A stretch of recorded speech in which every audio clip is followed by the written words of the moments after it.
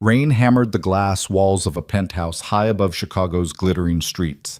Inside, Lucien Varelli stood alone in the dark, staring at his phone. One message, 23 words.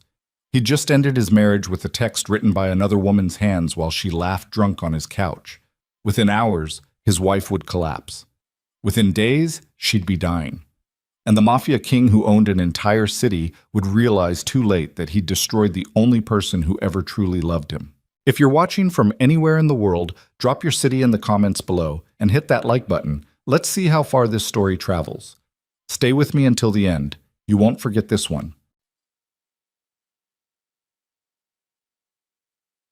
The penthouse smelled like expensive whiskey and bad decisions. Lucien Varelli stood at the window, phone still hot in his hand, watching rain streak down glass that cost more than most people earned in a year. Behind him, Celine Marrow sprawled across the leather couch, her dress riding up her thighs, mascara smudged from laughter and champagne. Jazz played low from hidden speakers. The city pulsed below them like a living thing, neon signs, headlights, the distant wail of sirens that never quite reached this high. "Did you send it?" Celine's voice cut through the music, sharp with triumph. Lucien didn't answer immediately. His thumb hovered over the phone screen, the message still visible. 23 words, clean, final. The kind of text that ended marriages without the mess of shouting or tears. "Elena, this isn't working anymore. We both know it. I need space to figure things out. Don't wait up." "Lucien." Celine sat up, impatience crackling in her tone. "Baby, did you?" "Yeah." His voice came out flat. "I sent it." She squealed, actually squealed, launching herself off the couch and wrapping her arms around him from behind. Her perfume, something French, something expensive he'd bought her last week, invaded his senses. "Finally! God, finally! Do you know how long I've waited for you to stop being such a coward?" The word landed wrong. Coward. Lucien Varelli was many things. A killer when necessary, a liar when convenient. A thief of legitimacy who'd built an empire on blood money and intimidation. But a coward? He pulled away from her embrace, walking toward the bar cart. Crystal decanters caught the light. Scotch, bourbon, gin. He poured 3 fingers of something amber and drank it in one swallow. The burn felt appropriate. "You did the right thing," Selena continued, oblivious or uncaring. She moved to the mirror, fixing her hair, admiring herself. "Elena was holding you back. All that guilt, all that responsibility. You're Lucien fucking Varelli. You shouldn't be going home to microwave dinners and a wife who doesn't even know what you do for a living." "She knows what I do." "Does she?" Selena turned, eyebrow raised. "Because from where I'm standing, she's been playing house while you built an empire. When's the last time she actually understood your world? When's the last time she made you feel like the king you are?" The king you are. That phrase used to mean something. Power, respect, fear. Tonight it just felt hollow. Lucien poured another drink. "You should go home." Celine's expression shifted. "Excuse me?" "It's late. I need to think." "Think?" She laughed, but there was an edge to it now. "You just divorced your wife via text message at my suggestion, and now you need to think? What the hell is there to think about?" "I said go home, Celine." The temperature in the room dropped 10 degrees. Celine's jaw tightened. For a moment, she looked like she might argue, might push back the way she always did when she didn't get her way. But something in Lucien's face must have warned her off. She grabbed her purse, her coat, her dignity, what was left of it. "Fine." She stopped at the door. "But don't call me tomorrow with regrets. Don't tell me you made a mistake. You wanted this. You've wanted this for months, so own it." The door slammed. Silence rushed in to fill the space she'd occupied. Lucien stood alone in his penthouse kingdom, drink in hand, and waited for relief that never came. The rain had turned vicious by 2 in the morning. Lucien sat in the dark, phone face down on the coffee table, trying not to look at it, trying not to check for a response. Elena should have seen the message by now. She was a light sleeper. Had been ever since their son was born 9 years ago, some maternal instinct that never fully shut off even when the kid was safe in his bed. 9 years old. Christ. When had that happened? Lucien drained his 4th drink. Or 5th. He'd lost count somewhere around the time Celine's perfume finally faded from the air. The apartment felt too big now, too quiet. He'd bought this place 3 years ago, right after the Cicero Street expansion went through. 42nd floor, 3,000 square feet, views of the entire downtown corridor, a monument to success. Elena had never even visited. "It's too high up," she'd said when he showed her photos. "What if there's a fire? What if something happens to the elevators?" Always worried, always thinking 3 moves ahead about disasters that never came. It had driven him crazy. All that anxiety, all that fear, when he was out there making moves that actually mattered, building something real. Except now, sitting in the dark with nothing but expensive furniture and rain sounds, Lucian couldn't remember the last time he'd felt anything real at all. His phone buzzed. The sound jolted through him like voltage. Lucian grabbed it, heart hammering in a way that would have embarrassed him if anyone could see. But the message wasn't from Elena. Marcus. "Boss, we got a problem with the shipment. Feds sniffing around the warehouse on Grand. Need you to make a call." Lucian stared at the text, trying to care. 6 months ago, a message like this would have had him on the phone immediately, mobilizing lawyers, arranging transfers, covering tracks. Now all he felt was tired. "Not tonight," he typed back. "Handle it." "Boss, this is—" "I said handle it, Marcus." He silenced the phone and set it back down.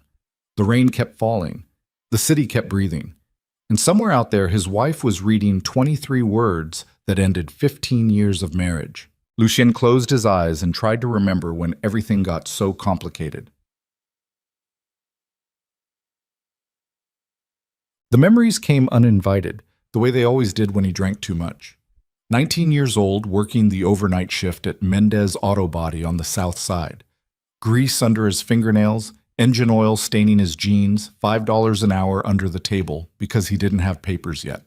His mother's family had come over from Sicily when he was 12, stuffed into a cargo container with 18 other desperate souls, and Lucien learned early that legal didn't mean possible. Elena worked at the diner across the street. Night shift, same as him. She'd bring him coffee around 3 in the morning when the cold got brutal, coffee so bad it tasted like burnt dirt, but she'd smile when she handed it over, and somehow that made it better. "You're gonna freeze to death out here," she'd said that first night, watching him wrestle with the transmission in the open bay. "I'm fine." "You're shaking." I said I'm fine. She'd rolled her eyes, pulled off her own jacket, and draped it over his shoulders before walking away. The jacket smelled like cigarette smoke and cheap vanilla perfume. Lucien wore it the rest of the shift. That was Elena. Stubborn kindness. The kind of woman who'd give you her last dollar if you looked hungry, who'd cover someone else's shift if they had a sick kid, who believed the world could be good if enough people tried hard enough. Lucien had fallen in love with her before he even knew what love meant. They'd gotten married at City Hall on a Tuesday afternoon. No family, no party, just a judge who looked bored and a witness they pulled off the street for $20. Elena wore a white dress from Goodwill. Lucien wore the only suit he owned, the one he'd bought for his mother's funeral 2 months earlier. Afterward, they'd gone to that same diner where she worked and split a piece of cherry pie. "We're gonna build something," Lucien had told her, holding her hand across the cracked linoleum table. "I promise you, we're gonna be something." Elena had smiled, squeezed his fingers. "We already are something." He'd meant money, success, a house, cars, things that proved they'd made it. She'd meant them. Lucien opened his eyes. The penthouse swam back into focus. Rain, glass, emptiness. When had he stopped understanding the difference? The phone buzzed again at 4:30 in the morning. This time it wasn't Marcus. "Elena, I got your message." 3 words. No emotion. No exclamation points or question marks. Just acknowledgement. Lucien stared at the screen, his pulse suddenly loud in his ears. He should have felt relieved. She'd seen it. The hard part was over. Instead, his hands started shaking. He waited for more. For the second text. The paragraph. The accusations. Elena had never been the type to let things go quietly. When they fought, and they fought, especially these last few years, she didn't hold back. She'd lay into him about the late nights, the missed birthdays, the way he barely looked at their son anymore. She'd cry and yell and throw things, not because she was dramatic, but because she gave a damn. Silence from Elena was wrong. 5 minutes passed, then 10. Lucien typed and deleted 4 different responses before finally settling on something that felt less cowardly than it probably was. Can we talk about this tomorrow? The reply came instantly. There's nothing to talk about. You made your choice. I respect that. His stomach dropped. I respect that. Elena had never been that calm, that measured, that final. Elena, wait. I hope you find what you're looking for, Lucien. I really do. Take care of yourself. Then nothing. No typing indicator. No follow-up. Just silence that felt louder than any argument they'd ever had. Lucien called her, straight to voicemail. He called again. Same thing. Again. By the 6th attempt, his hands were shaking so badly he could barely hold the phone. This was wrong. All of it was wrong. He grabbed his keys, his coat, and headed for the door. He'd drive to the house. Their house. The one in Oak Park with the blue shutters and the crack in the driveway he kept meaning to fix. He'd explain. He'd tell her the truth about Celine, about the loneliness, about how lost he'd been. Elena would be angry, but she'd listen. She always listened. Lucien made it to the elevator before his phone rang. Unknown number. He almost didn't answer, thinking it was Marcus again, or one of the other guys with some crisis that couldn't wait until daylight. But something made him swipe to accept. Mr. Varelli? A woman's voice. Professional. Careful. Who is this? This is Mercy Hospital. I'm calling about Elena Varelli. She's been admitted to the emergency room. The world tilted sideways. What? Your wife collapsed at home approximately 40 minutes ago. A neighbor found her and called an ambulance. She's stable right now, but the doctors need to speak with you immediately. Lucien's mouth went dry. What happened? What's wrong with her? I can't discuss details over the phone, Mr. Varelli, but you should come as soon as possible. The line went dead. For 5 seconds, Lucien just stood there in the hallway, phone pressed to his ear, trying to make his brain work. Collapsed. Emergency room. Stable. The words floated around him like debris from an explosion he couldn't quite process. Then instinct kicked in. He ran. The Ferrari took corners like it was trying to kill him. Lucien blew through 3 red lights getting across town, his hands locked on the steering wheel, rain hammering the windshield faster than the wipers could clear it. His phone kept buzzing in the cup holder. Marcus, Vincent, Sal, everyone wanting something, everyone needing the boss to fix their problems. He ignored all of it. Mercy Hospital loomed ahead, its emergency room entrance glowing harsh white in the pre-dawn darkness. Lucien ditched the car in the ambulance bay, not caring, not thinking, just moving. A security guard yelled something about parking. Lucien kept walking. The automatic doors swallowed him into fluorescent hell. Elena Varelli, he said to the first nurse he saw. My wife. Where is she? The woman behind the desk looked up, her expression shifting from annoyed to cautious the second she registered who was standing in front of her.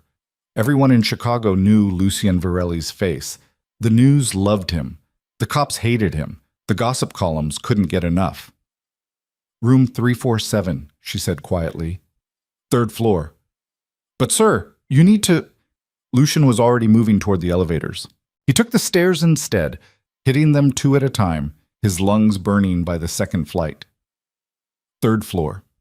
Room 347.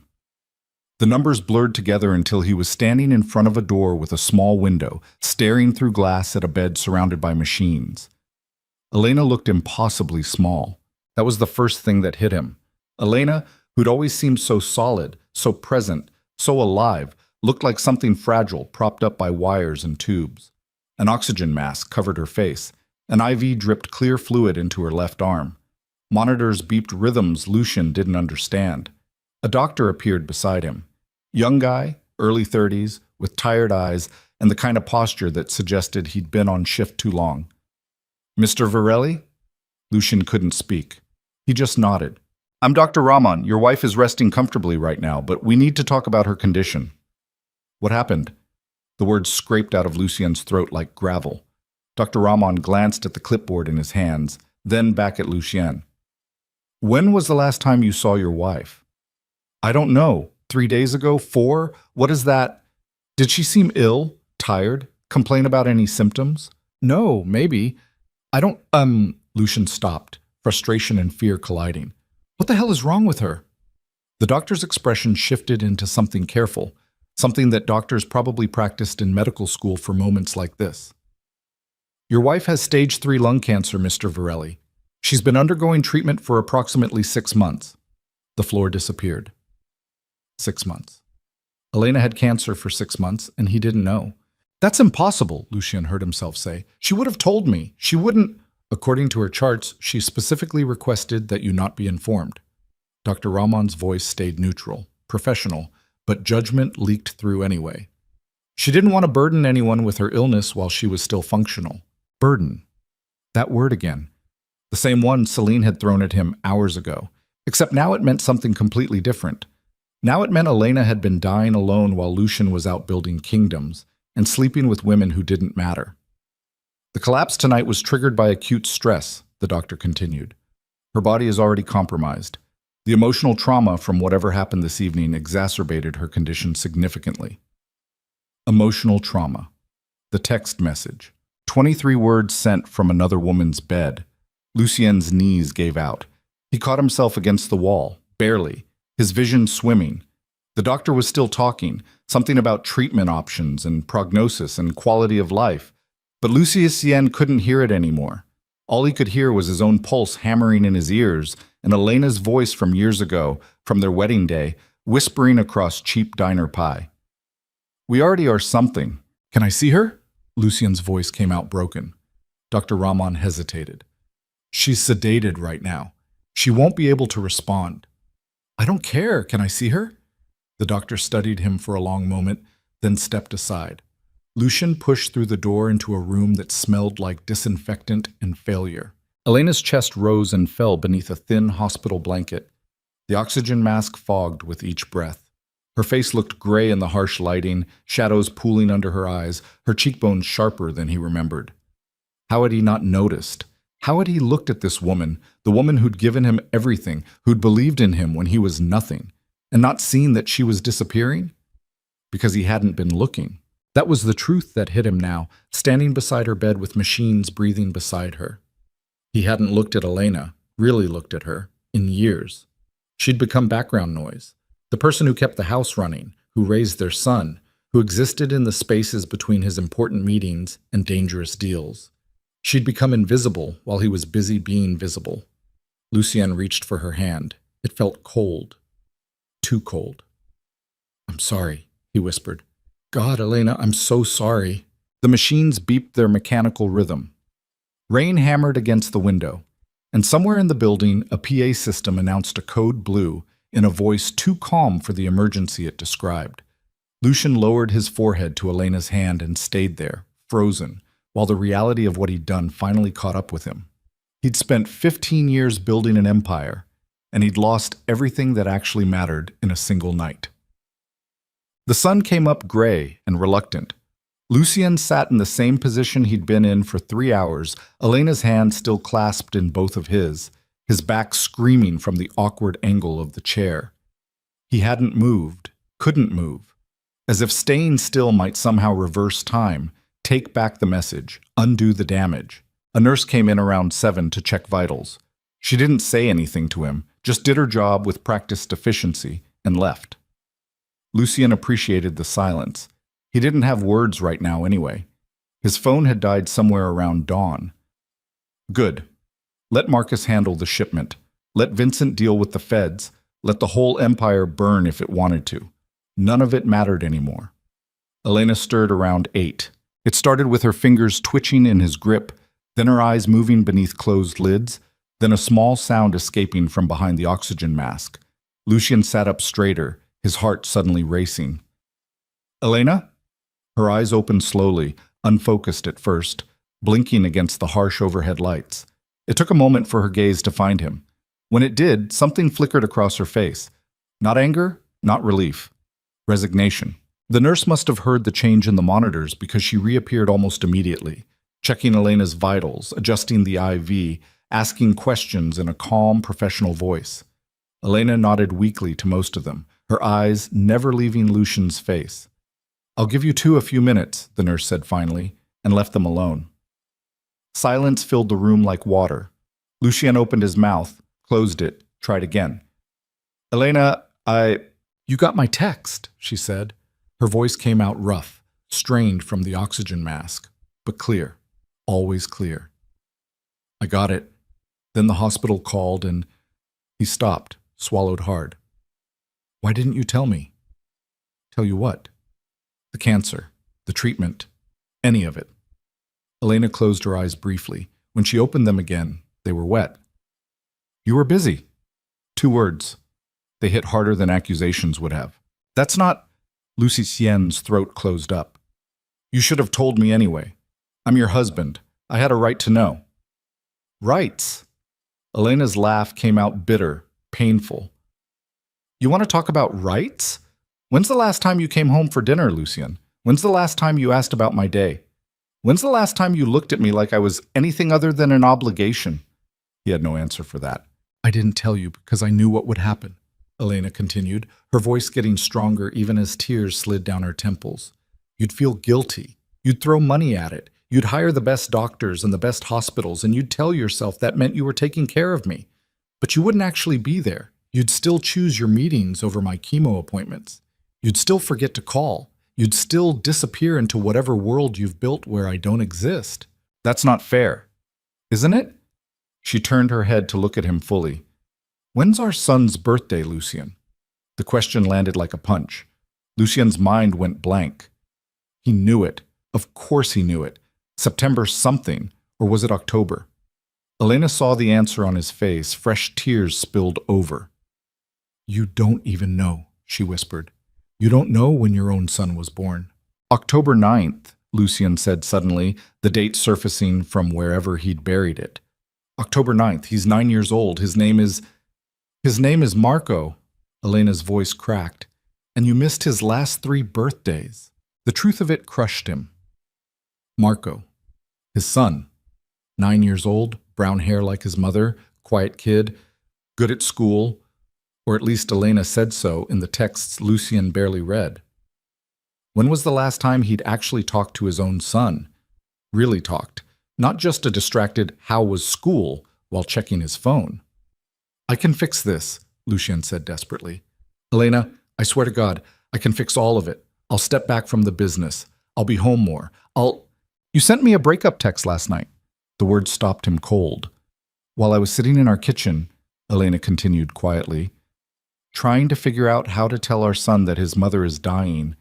While I was alone in the house you bought but never visit, you sent me a text message ending our marriage. I was drunk. I wasn't thinking. Celine, I don't want to hear about Celine. Elena's voice hardened. I don't want to hear excuses. I just want you to understand something, Lucien. Are you listening? He nodded, unable to speak. I have loved you since we were kids. Since you were just some angry boy working on cars and dreaming about being important. I loved you through the poverty, through the fear, through every night you came home with blood on your hands and lies on your tongue. I gave you everything I had, my time, my trust, my life. And you, her voice broke. You gave me back a text message. Lucien felt something inside him shatter. Not break. Shatter. Like glass hitting concrete, 1,000 pieces scattering too far to ever collect. I'm dying, Lucien. Elena said it simply, factually. The doctors give me maybe 6 months if I'm lucky, 3 if I'm not, and I don't want to spend whatever time I have left waiting for you to become the man you used to be, because I don't think that man exists anymore. He does. Lucien gripped her hand tighter, desperate. He's right here. I'm right here. No. Elena pulled her hand away. You're somewhere else. You've been somewhere else for years, and I'm too tired to keep chasing you. The machines beeped. The rain had stopped outside, leaving Chicago washed clean and indifferent. And in a hospital room that smelled like ending things, Lucien Varelli finally understood what power actually cost. Everything. He'd traded everything for an empire that meant nothing without her. What do you want me to do? He asked, his voice barely above a whisper. Elena looked at him for a long moment. When she spoke, her words were so quiet he almost missed them. I want you to let me go. Lucian left the hospital before noon with nothing but the clothes on his back and a hollow feeling where his chest used to be. The Ferrari sat in the ambulance bay exactly where he'd abandoned it, accumulating parking tickets like badges of insignificance. 3 of them tucked under the wiper blade, bright orange against wet black paint. Lucian pulled them off without reading them and let them scatter across the pavement. Money didn't fix anything anymore. He'd learned that today. His phone had enough battery left for 1 message when he plugged it into the car charger. 17 missed calls, 42 texts, all of them from people who needed something from the king of Chicago's underworld. None of them mattered, except one. Celine, where are you? We need to talk about last night. Call me. Lucian stared at the screen until it blurred. Last night felt like it had happened in another lifetime, to another man. The version of himself who'd stood in that penthouse drinking expensive scotch and making irreversible mistakes seemed like a stranger now. A fool, a child playing at being powerful while the real world burned down around him. He deleted the message without responding. The drive back to Oak Park took 40 minutes through midday traffic. Lucian drove on autopilot, his mind stuck in that hospital room, replaying Elena's words on an endless loop. I want you to let me go. Simple. Final. The kind of sentence that destroyed everything it touched. The house appeared through the drizzle exactly as he remembered it from 4 days ago, when he'd stopped by to grab some documents from his office. Blue shutters. Crack in the driveway. Basketball hoop Marco had begged for 3 Christmases ago, net already fraying from neglect. The lawn needed mowing. The mailbox hung crooked from where someone had clipped it backing out. Home. Except it had never really been his home, had it? This was Elena's house. Elena's life. The place where she raised their son alone while Lucian played king in his glass tower downtown. He sat in the driveway for 10 minutes before finally killing the engine. The front door wasn't locked. Elena never locked it during the day, said it made her feel trapped. Lucian stepped inside and the smell hit him immediately. Coffee, laundry detergent, something sweet baking in the oven on a timer. Life. Normal life. The kind that existed in houses where people actually lived instead of just sleeping between emergencies. Hello? The voice came from upstairs. Young, uncertain. Marco. Lucian's throat closed up. It's me, he managed. It's your dad. Footsteps on the stairs. Then his son appeared on the landing, 9 years old and already too serious for his age. Brown hair falling across his forehead, exactly like Elena's. Gray eyes that studied Lucian with the wariness of someone who'd learned not to expect much. Mom's not here, Marco said. I know. She's at the hospital. Something flickered across the kid's face. Is she okay? The question destroyed Lucian. Yeah, buddy, she's okay. Marco didn't move. Just stood there on the stairs looking at his father like he was trying to solve a puzzle. Are you staying? For a little while. How long is a little while? Fair question. Lucian had promised a little while before and disappeared for weeks. I don't know yet. Can I come up? Marco shrugged, which Lucian took as permission. He climbed the stairs slowly, each step feeling heavier than the last. The second floor looked exactly like he remembered. Family photos on the walls, mostly of Elena and Marco, a few of all 3 of them from years ago when Lucien still showed up for things. The carpet needed replacing. The paint had started peeling near the window frame. He'd given Elena money to fix all of it. Thousands of dollars. Apparently she'd spent it on something else. Or maybe she'd just stopped asking because she knew he didn't actually care about the answers. What are you doing home from school? Lucian asked. Teacher work day. Marco walked back to his room and Lucian followed. The kid's bedroom was small but clean. Bed made, books stacked neatly on the shelf, homework spread across a desk by the window. A poster of some basketball player Lucian didn't recognize hung above the bed. Science fair ribbon pinned to the corkboard. Participation trophy from soccer league. Lucian had missed all of it. You hungry? He asked, because he didn't know what else to say. I already ate. Right. Okay. Silence filled the room like smoke. Marco sat at his desk and picked up a pencil, went back to whatever homework he'd been doing. Math problems. Long division. Lucian watched his son work, the way the kid's tongue stuck out slightly when he concentrated. The way his handwriting looked exactly like Elena's used to before she learned to write faster. "Your mom's sick," Lucian said finally. The pencil stopped moving. Marco didn't look up. "I know. She told you?" "No, but I'm not stupid." Now the kid did look at him, and the anger in those gray eyes could have cut glass. "She's been tired all the time. She doesn't eat much anymore. She cries when she thinks I'm asleep. And you haven't been around, so obviously something bad's happening." The logic landed like an uppercut. Out of the mouths of children came truths adults spent years avoiding. "I should have been here," Lucian said quietly. Yeah. No argument, no comfort, just agreement stated as fact. Marco went back to his math problems, like his father was already gone again. Lucian stood there feeling useless, watching his son solve problems in a house that didn't need him, and understood for the first time why Elena had stopped fighting for their marriage. You couldn't miss what had never really been there. His phone buzzed. Marcus again. "Boss, seriously, I need you to call me. The situation with the shipment is getting worse. Feds are threatening seizure. We need to move product tonight, or we're looking at losses in the 7 figures. 7 figures. Last week, that would have sent Lucian into crisis mode. Right now, all he felt was exhausted. "I need to make a call," he told Marco. The kid didn't respond, just kept working on his math like Lucian had already left the room. Mig.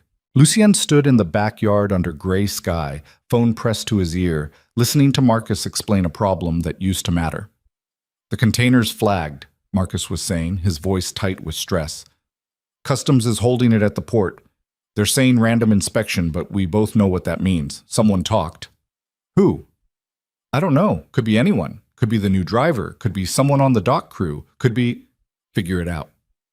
"Boss, if they open that container, then they open it. Move the operation through the alternate route. Use the truck network instead of the port.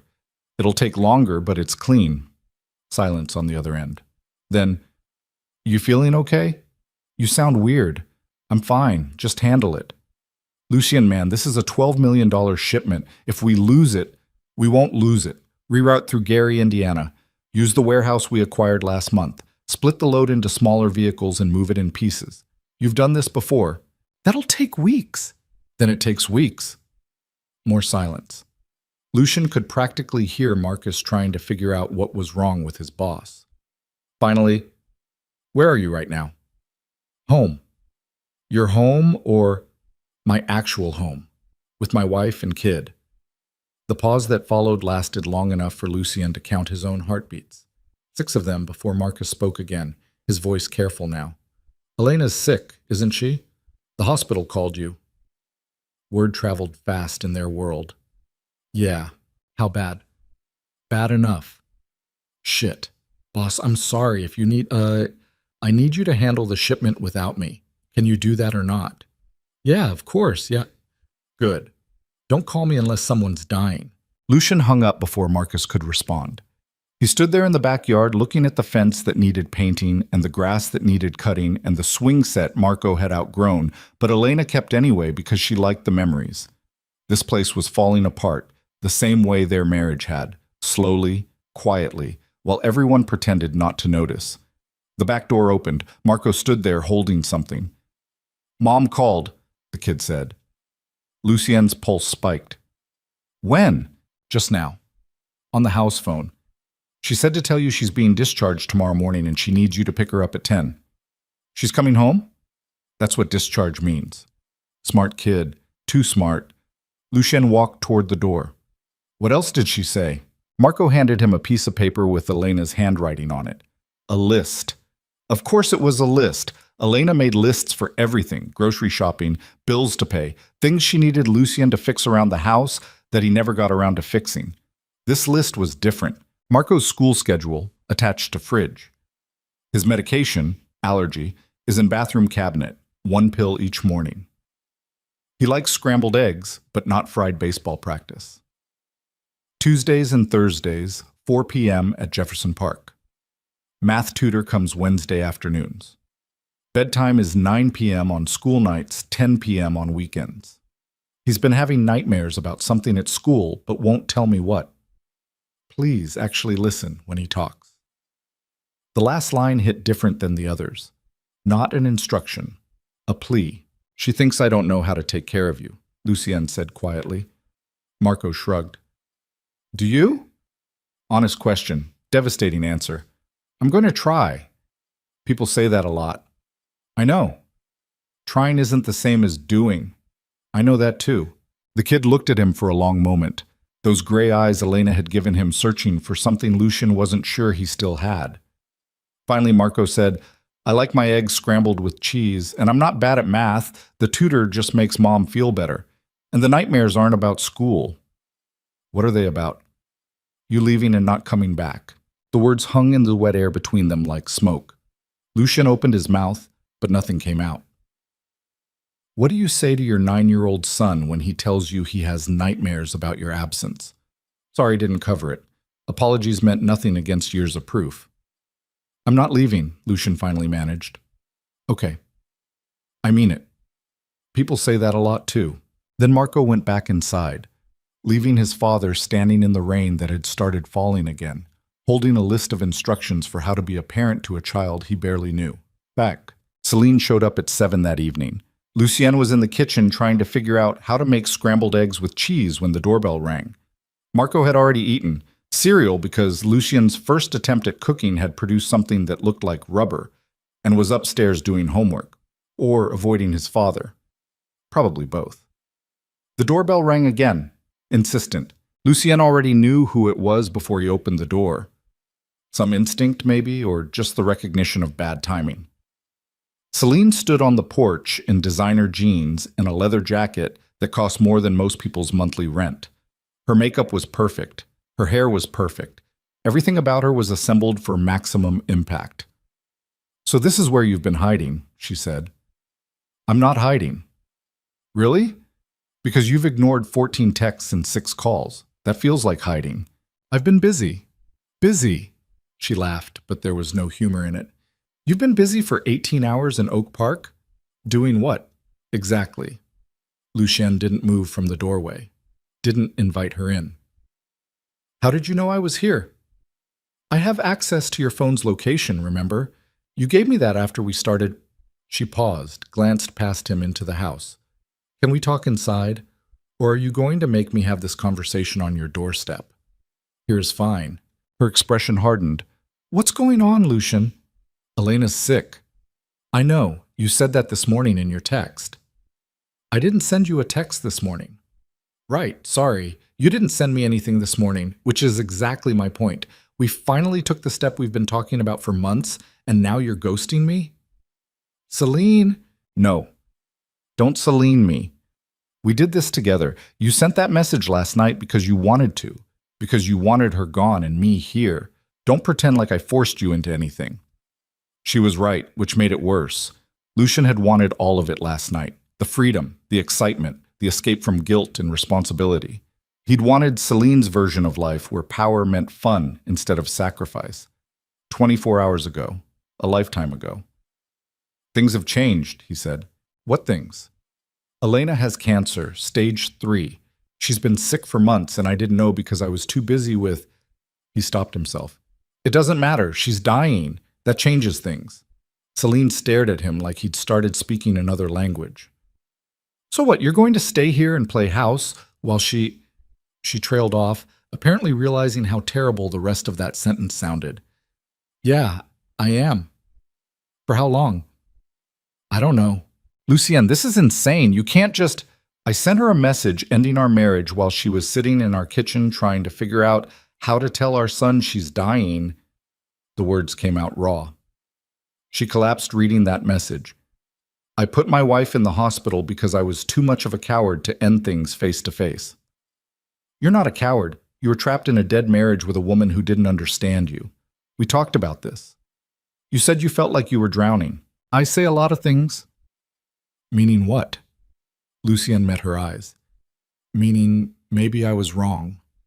The silence that followed felt dangerous. Celine's jaw tightened, her perfectly manicured hands curling into fists at her sides. When she spoke again, her voice had dropped into a register Lucian recognized, the one she used when she was genuinely angry instead of just performing. You're not doing this. You're not using her illness as an excuse to run back to mommy and pretend the last 6 months didn't happen. I'm not pretending anything. Then what are you doing? Explain it to me. Because from where I'm standing, you spent half a year telling me how much you hated your life, how trapped you felt, how Elena didn't see you anymore. And now because she's sick, you're going to sacrifice everything we built together? We didn't build anything. We had an affair. The words landed like a slap. Celine actually took a step back, her face going white. That's what this was to you? An affair? What else would you call it?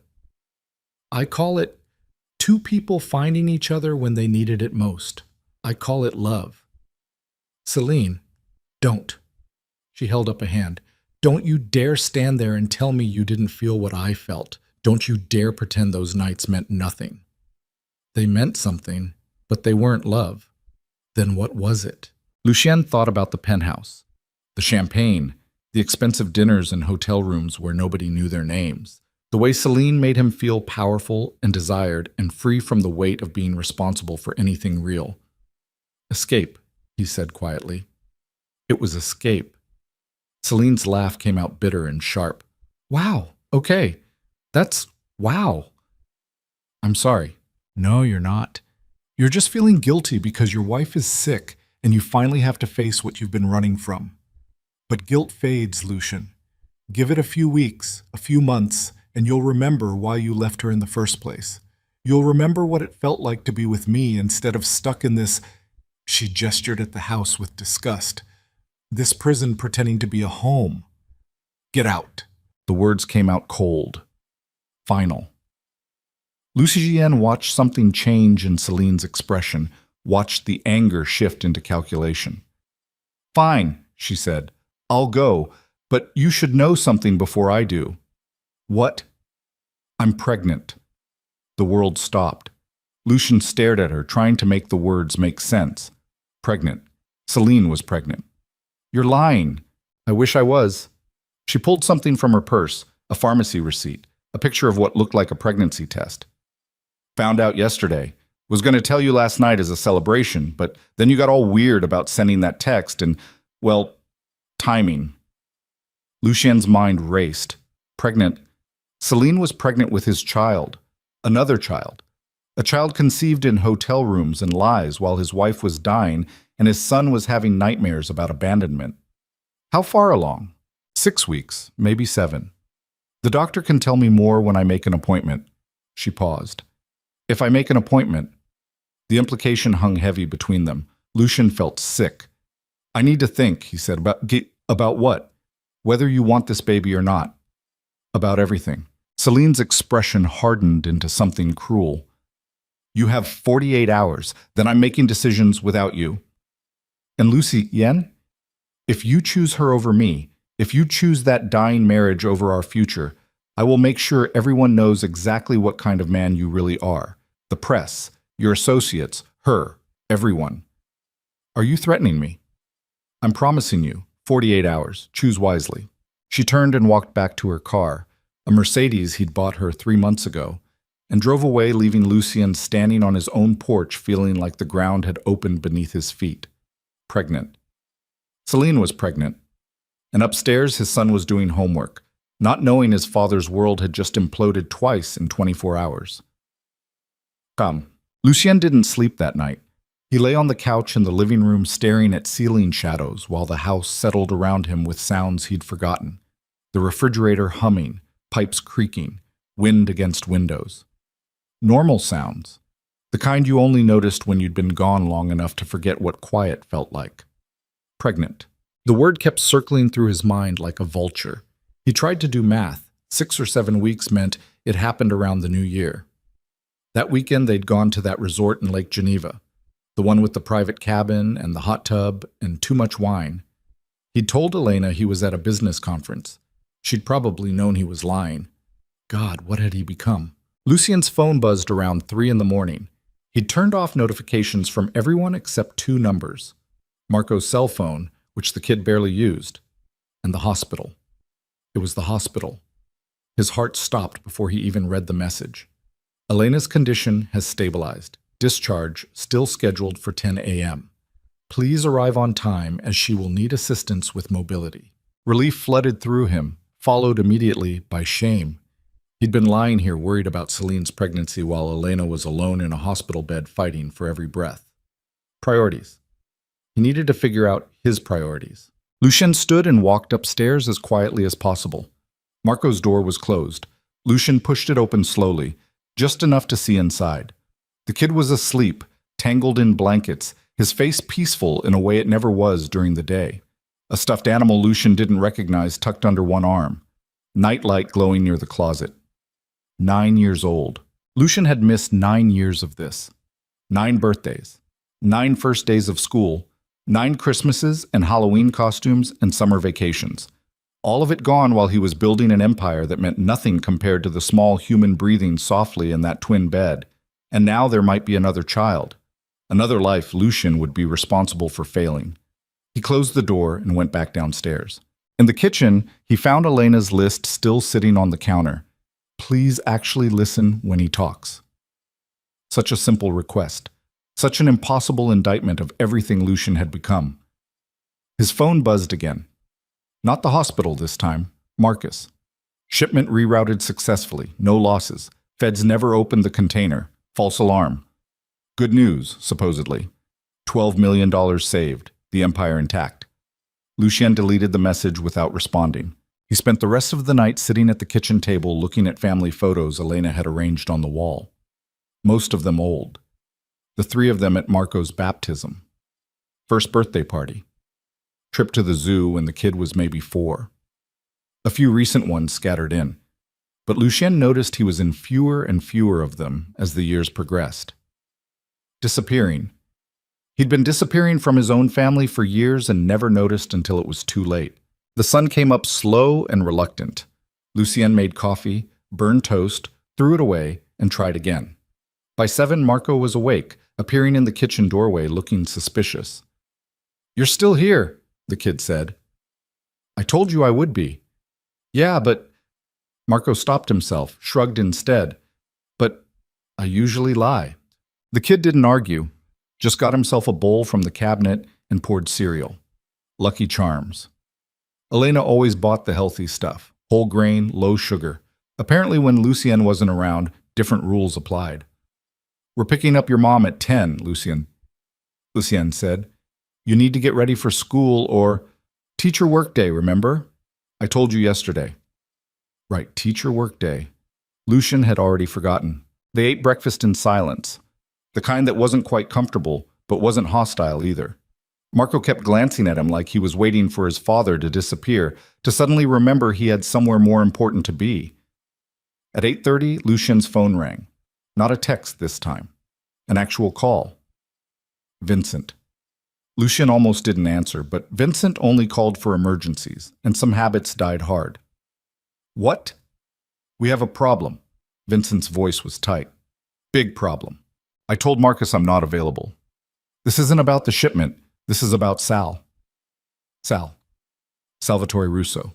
One of Lucien's oldest associates, brought in during the early days when the organization was still small enough to operate out of a warehouse in Pilsen.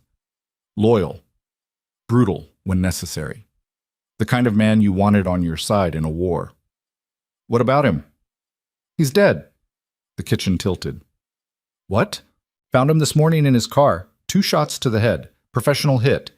"Lucien, this wasn't random. Someone's sending a message." Marco looked up from his cereal, those gray eyes suddenly alert. Lucien turned away, walking toward the living room for privacy. "Who?" "We don't know yet. Could be the Italians, could be the Mexicans, could be someone new trying to make a move while you're distracted, while you're playing house, while you're not being the king they need you to be." "Where's the body?" "County morgue by now. Cops are calling it gang violence." "They're not wrong." Lucien closed his eyes. Sal. Jesus, the man had 3 kids, a wife. He'd been at Lucien's wedding, back when everything was different. Who found him? His youngest. Kid was supposed to meet him for breakfast. Found his father slumped over the steering wheel in front of the restaurant. His youngest. Lucien thought about Marco upstairs. Thought about that kid finding his father like that. Some horrors you never recovered from. "I need you to come in," Vincent said. "This is a declaration of war. We need to respond immediately or everyone's going to think we're weak." "I can't." "Lucien, I said I can't. Elena gets discharged in 90 minutes. I need to be there. Sal is dead. Your wife is sick. I get that. I do. But Sal is dead and someone killed him to get to you. This is bigger than—" "Don't." Lucien's voice came out dangerous. "Don't finish that sentence." Silence on the line, then, "What do you want me to do?" "Secure Sal's family, full protection. Make sure his wife and kids have everything they need. Then find out who did this. And when I find them?" "Nothing. Not yet. Just find them. I'll deal with it when I get back." "When is that?" Good question. I don't know. Boss, we can't just sit on this. Every hour we don't respond makes us look weaker. The vultures are already circling. If we don't, handle it, Vincent. That's what I pay you for. Lucien hung up before Vincent could argue further. He stood there in his living room, his actual living room, not the penthouse, not the office, but the place where his wife and son lived, and tried to process the fact that one of his oldest friends was dead. Killed because of him. Because being Lucien Virelli meant painting targets on everyone you cared about. "Who died?" Marco's voice came from behind him. Lucien turned. The kid stood in the doorway looking older than 9, the kind of old that came from hearing things children shouldn't have to hear. "Nobody you know." "But somebody." "Yeah, somebody." Marco nodded like this was normal, like people dying was just part of life when your father was who Lucien was. Maybe for this kid it was normal. Maybe violence and death and whispered phone calls were as ordinary as soccer practice and math homework. The realization made Lucien sick. "I'm sorry," he said. "For what?" "For everything. For all of it. For being the kind of father who made death normal. For bringing this into your life." Marco just looked at him. "It's always been in my life. You just weren't here to see it." Then the kid walked back to the kitchen, leaving Lucien alone with the truth that children always knew more than adults wanted them to. Tips. They picked up Elena at exactly 10 o'clock. Lucien drove. Marco sat in the back. Nobody talked during the 20-minute drive to Mercy Hospital. The radio played something soft and forgettable. Rain had started again, turning Chicago gray and endless. Elena was waiting in a wheelchair by the entrance when they pulled up. A nurse stood beside her holding discharge papers and a plastic bag of medications. Elena looked smaller than she had yesterday, if that was possible. Fragile. The kind of fragile that made Lucien afraid to touch her. He parked and got out. The nurse recognized him immediately, most people in Chicago did, and her expression shifted into professional neutrality. The kind that said, "I know who you are and I don't approve, but I'm going to do my job anyway." "Mrs. Virelli is ready to go home," the nurse said, handing Lucien the medication bag. "These are her prescriptions. Instructions are inside. She has a follow-up appointment with Dr. Rahman in 3 days. Don't miss it." A command, not a suggestion. Lucien took the bag. Marco had gotten out of the car and now stood beside the wheelchair looking at his mother with an expression Lucien couldn't read. Elena smiled at him, reached up to touch his face. "Hi, baby." "Hi, Mom." "You okay?" "Yeah, are you?" "I'm okay." They were both lying and they both knew it, but some lies were necessary. Lucien helped Elena out of the wheelchair and into the passenger seat. She moved carefully, wincing with each breath. The nurse watched the whole process like she was evaluating his competence. Apparently he passed because she handed him the discharge papers without comment and walked back inside. The drive home was quieter than the drive there. Elena stared out the window. Marco played some game on his phone in the back. Lucien gripped the steering wheel and tried to think of something to say that didn't sound empty. "Thank you for picking me up," Elena said finally. "You don't need to thank me." "I know, but I am anyway." More silence. Then, "How are you feeling?" "Tired, sore, like I got hit by a truck." She paused. "How's Marco?" "He's good. We had breakfast together. Cereal. Nutritious. He likes Lucky Charms." "I know what he likes." The words weren't accusatory, just factual, but they landed heavy anyway. They pulled into the driveway 20 minutes later. Lucien helped Elena inside while Marco grabbed the medication bag. The house felt different with all 3 of them in it. Not better, exactly. Just different. Fuller. Like a photograph that had been missing people was suddenly complete again. Elena went straight to the couch and lowered herself down carefully. Marco brought her a blanket without being asked. Muscle memory. The kid had been taking care of his mother long before Lucian showed up. I need to make some calls, Elena said, reaching for her phone. For what? Work. I was supposed to be at the library this morning, and someone needs to call Marco's school about… I'll handle it. Lucian sat down across from her. Whatever needs to be done, I'll handle it. You need to rest. Elena looked at him like she was trying to figure out if he was serious. You don't know how to handle any of it. Then tell me. Make another list. I'll follow it. Something shifted in her expression. Not trust. Not yet. But maybe the beginning of something that could become trust if Lucian didn't destroy it first. Okay, she said quietly.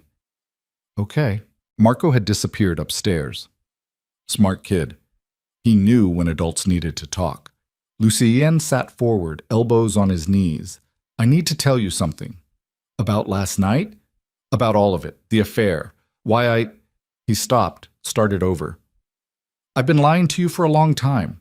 About where I've been, who I've been with, what I've been doing. I know. You know?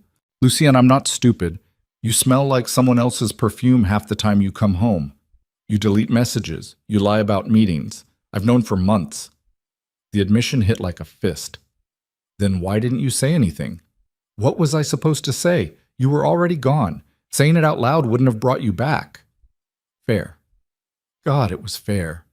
Her name is Celine, Lucian said. We've been seeing each other since… It doesn't matter. It's over now. I ended it last night. Did you? Not a question, an observation. Elena knew him too well. I'm trying to end it. She's making it complicated. Women usually do when you break their hearts. I didn't… Lucien stopped. Maybe he had. Maybe Celine loved him, or thought she did, or loved the idea of him enough that it amounted to the same thing. There's more. Elena closed her eyes briefly. Of course there is. She's pregnant. The silence that followed felt like falling. Elena didn't move, didn't react, just sat there with her eyes closed and her hands folded in her lap like she was praying, except Lucian knew she'd stopped praying years ago when the world proved it didn't listen. How far along? Her voice came out flat. 6 or 7 weeks? And you believe her? I don't know. Maybe. She showed me a test. Tests can be faked. I know. More silence. Then Elena opened her eyes and looked at him with an expression that wasn't quite anger and wasn't quite pain. Something worse. Resignation. What do you want me to say, Lucien? I don't know. Do you want my permission, my blessing? Do you want me to tell you it's okay to have a child with another woman while your wife is dying? No, I needed you to know. Why? So you can feel less guilty? So I can absolve you? She laughed, and it sounded like breaking. I can't give you that. I don't have the energy for it. Elena, is there anything else? Any other confessions you want to get off your chest while we're being honest? Lucien thought about Sal, about the war that might be starting, about the empire that was already cracking without him there to hold it together. No, he lied. Nothing else. Elena studied his face for a long moment. Then she nodded. I'm going to rest now. Can you make sure Marco eats something that isn't cereal for lunch? Yeah, of course. She stood slowly, using the arm of the couch for support. Lucian moved to help her, but she waved him off. I can walk to my own bedroom.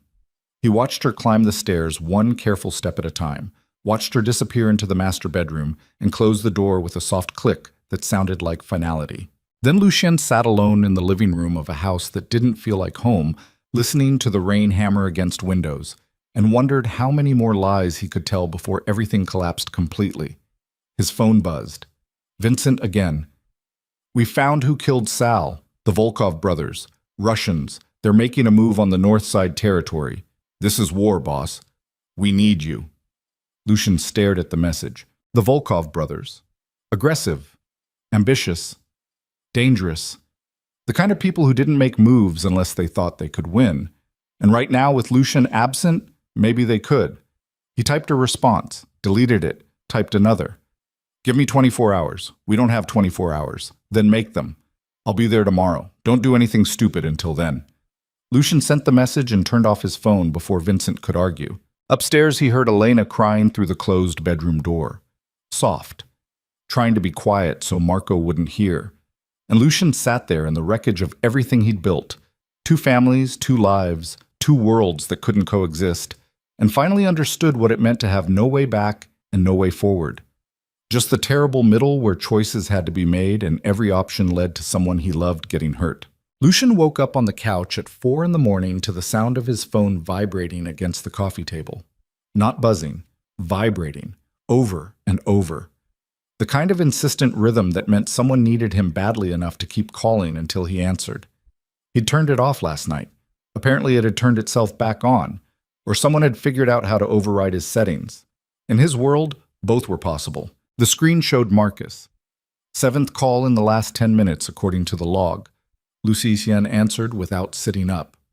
What? Thank God. Boss, where have you been? I've been trying to reach you for hours. Sleeping. What's the emergency?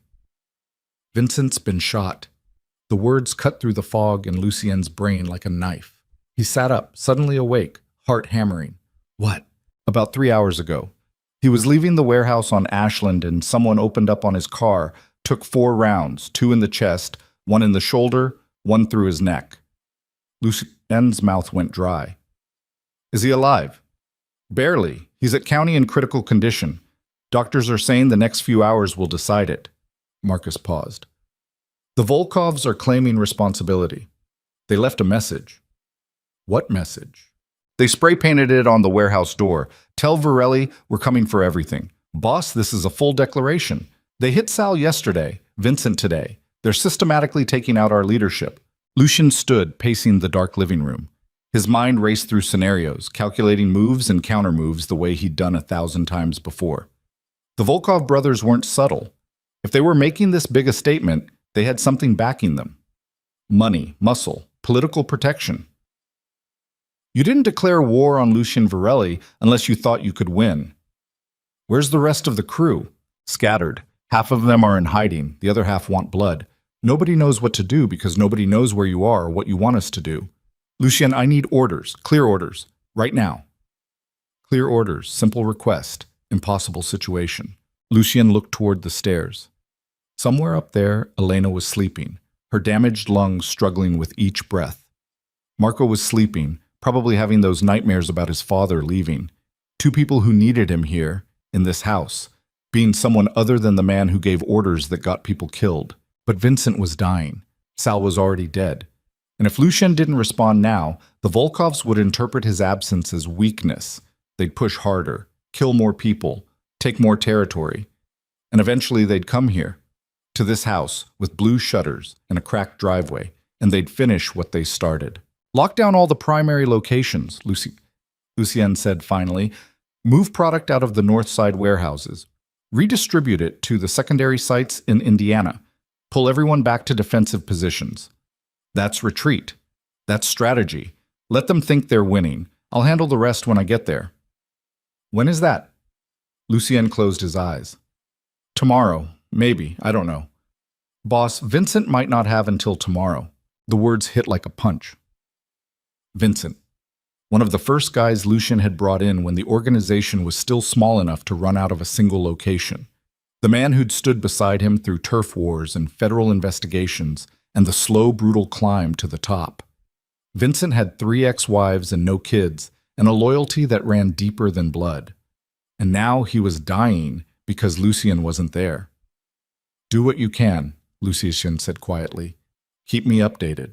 He hung up before Marcus could argue. The house settled around him in silence. Rain had stopped sometime during the night, leaving everything damp and cold. Lucien stood in the dark living room of a house that belonged to a different life, trying to figure out how to be 2 people at once. Upstairs, a door opened. Footsteps on the landing. Elena appeared at the top of the stairs, backlit by the hallway light, wrapped in a robe that used to fit but now hung loose on her shrinking frame. Who was that? Her voice was rough from sleep and medication. Work? It's 4 in the morning. My kind of work doesn't keep regular hours. Elena descended slowly, gripping the banister with both hands. Lucien moved to help, but she waved him off the way she always did. Independent to a fault, she made it to the bottom and stood there studying his face. "You're leaving, aren't you?" "Not a question, an observation." "I don't know yet." Yes, you do. I can see it on your face. Something happened and you're already halfway out the door. Lucien wanted to argue, but the words wouldn't come. She was right. Some part of him had already left the moment Marcus said Vincent's name. "One of my guys got shot tonight," he said. "He might not make it." "And you think being there will help?" "I think not being there is what caused it." Elena laughed, but there was no humor in it, just exhaustion. "You really believe that? That the world falls apart if you're not standing in the middle of it, holding everything together?" "It's my responsibility." "No, it's your excuse." She moved past him toward the kitchen. "You want coffee? I'm making coffee." "Elena, you should be resting." "I've been resting. Now I want coffee." He followed her into the kitchen and watched her go through the motions of filling the machine, measuring grounds, setting it to brew. Her hands shook slightly. Whether from illness or anger, Lucien couldn't tell. "Vincent has been with me for 15 years, he said to her back. "He's family. So are we." Elena turned to face him. "Me and Marco, we're actually your family, not just people you work with who happen to be loyal, your actual blood. And you're still trying to figure out which of us is more important. That's not fair. Isn't it? You've been here less than 48 hours and you're already looking for a reason to leave. Someone tried to kill one of my closest friends." "Someone tried to kill him because of what you do, because of the life you chose. And instead of walking away from it, instead of choosing your son and your dying wife, you're going to walk right back into the same violence that caused this in the first place." The coffee maker beeped. Elena poured 2 cups, handed one to Lucien. Her fingers brushed his, and he noticed how cold they were. "I can't just walk away," he said. "It doesn't work like that." "Why not?" "Because people are counting on me. Because if I don't respond, more people will die. Because you're scared." Elena sipped her coffee, watching him over the rim. "You're scared that without the power and the violence and the empire, you're just some guy from the South Side who got lucky. You're scared that if you stop being Lucien Varelli, the crime boss, you won't know how to be anyone else." The observation landed with surgical precision. Lucien wanted to argue, wanted to explain all the reasons she was wrong. But standing there in the kitchen at 4 a.m. with his dying wife looking at him like she could see straight through to the truth he'd been hiding from himself, he couldn't find the words. "I built something," he said finally. "It might not be good, but it's mine. And I can't just let it burn." "Yes, you can. You just don't want to." "Elena, go." She set down her coffee cup. "If you're going to leave, just go. Don't stand here pretending you're conflicted when we both know you've already made your choice." "I haven't decided anything." "Then decide. Right now. Vincent or Marco, your empire or your son. Choose, Lucien, because I'm too tired to watch you try to do both." The words hung in the air between them like a challenge. Lucien opened his mouth, but nothing came out. How do you choose between the life you built and the people you built it for? How do you walk away from 15 years of blood and sweat and sacrifice? How do you stay when staying might mean watching more people die? His phone buzzed. Text from Marcus. "Vincent's in surgery. Not looking good. The Volkovs just hit another one of our locations. This is escalating fast." Lucien stared at the screen. Elena watched him read it. Watched the calculations happen behind his eyes. Watched him become the man she'd lost years ago. "I need to go," he said quietly. Elena nodded like she'd expected nothing less. "Then go." "Just for a few hours. I'll be back before Marco wakes up." "Don't make promises you won't keep." "Elena, I mean it. Don't stand there and lie to me about coming back. If you're leaving, own it. At least give me that much respect." Lucien grabbed his coat from the hook by the door, grabbed his keys, stopped with his hand on the doorknob. "I'm sorry," he said without turning around. "I know you are. You're always sorry. It just never changes anything." Then he was outside in the cold pre-dawn air, climbing into his car, pulling out of the driveway of a house he'd barely lived in, leaving behind a wife who was dying and a son who was learning that fathers were just men who left. The city swallowed him whole within minutes. County hospital smelled like blood and failure. Lucien found Vincent's room on the fourth floor, surrounded by armed men trying to look inconspicuous in a place where nothing about them was inconspicuous. They straightened when they saw him, relief visible on their faces. The king had returned. Everything would be okay now. Except nothing was okay. Vincent lay in the ICU bed looking like a broken thing. Tubes everywhere, machines breathing for him, bandages covering most of his chest. His face was the color of old newspaper, lips cracked, eyes swollen shut from whatever they'd done to keep him alive. Marcus stood by the window, looking like he hadn't slept in days. He turned when Lucien entered. "How is he?" "Alive. Barely. They had to remove part of his lung. The bullet that went through his neck missed his carotid by centimeters. He's lucky." Lucky. Lucien looked at his friend, his brother, and everything but blood, hooked up to machines that were doing the work his body couldn't, and thought about how far the word lucky had fallen. "Has he been conscious?" "No, doctors are keeping him sedated. They said the next 12 hours are critical." 12 hours? Vincent might be dead in 12 hours. Lucien pulled up a chair and sat beside the bed. Up close, Vincent looked even worse. Pale, fragile. Nothing like the man who'd laughed while breaking someone's fingers just last month for skimming profits. "Who else knows about this?" Lucien asked. "Everyone. The Volkovs made sure of it. They're sending a message loud enough that half the city can hear it." "What message?" "That you're weak, that you can't protect your own people, that anyone who works for you is a target." Marcus moved away from the window. "Lucien, we're hemorrhaging loyalty. 3 of our mid-level guys switched sides this morning. 2 more disappeared. People are scared." "Let them be scared. That's not how this works. Fear makes people do stupid things. We need to respond, hard, fast. Something that reminds everyone why they should be more afraid of us than of the Volkovs." Lucien knew Marcus was right. In their world, perception was everything. The moment you looked weak, you became weak. Predators circled, allies abandoned, territory got swallowed. But responding meant committing, going to war, choosing this life completely, choosing away from Elena, away from Marco. "Give me options," Lucien said. Marcus pulled out his phone, brought up a map. "The Volkovs operate out of 3 primary locations: nightclub in River North, shipping facility near O'Hare, and a restaurant in Bucktown that's a front for their real operations. We hit all 3 simultaneously. Maximum damage. Send them a message they can't ignore." "Casualties?" "Probably. They're not going to surrender quietly." "Civilian casualties?" Marcus hesitated. "We try to minimize them. Try." The word that meant nothing when bullets started flying. Lucien thought about Marco waking up in a few hours to find his father gone again. Thought about Elena sitting alone in that house waiting for a phone call that might never come. Thought about all the promises he'd made in the last 48 hours that were already turning into lies. "Not yet," he said. "Boss, Acham, I said not yet. We do this smart. We don't go in guns blazing like amateurs and hope for the best. We gather intelligence, find their weak points, wait for the right moment. While they keep killing our people? While we don't make mistakes, we can't take back." Marcus stared at him like he was speaking a foreign language. In a way, he was. The old Lucien would have already mobilized the crew, already planned the assault, already committed to the violence necessary to maintain power. This version of Lucien was hesitating, and in their world, hesitation was fatal. "I need to make some calls," Lucien said, standing. "Stay with Vincent. If anything changes, text me immediately." He left before Marcus could argue.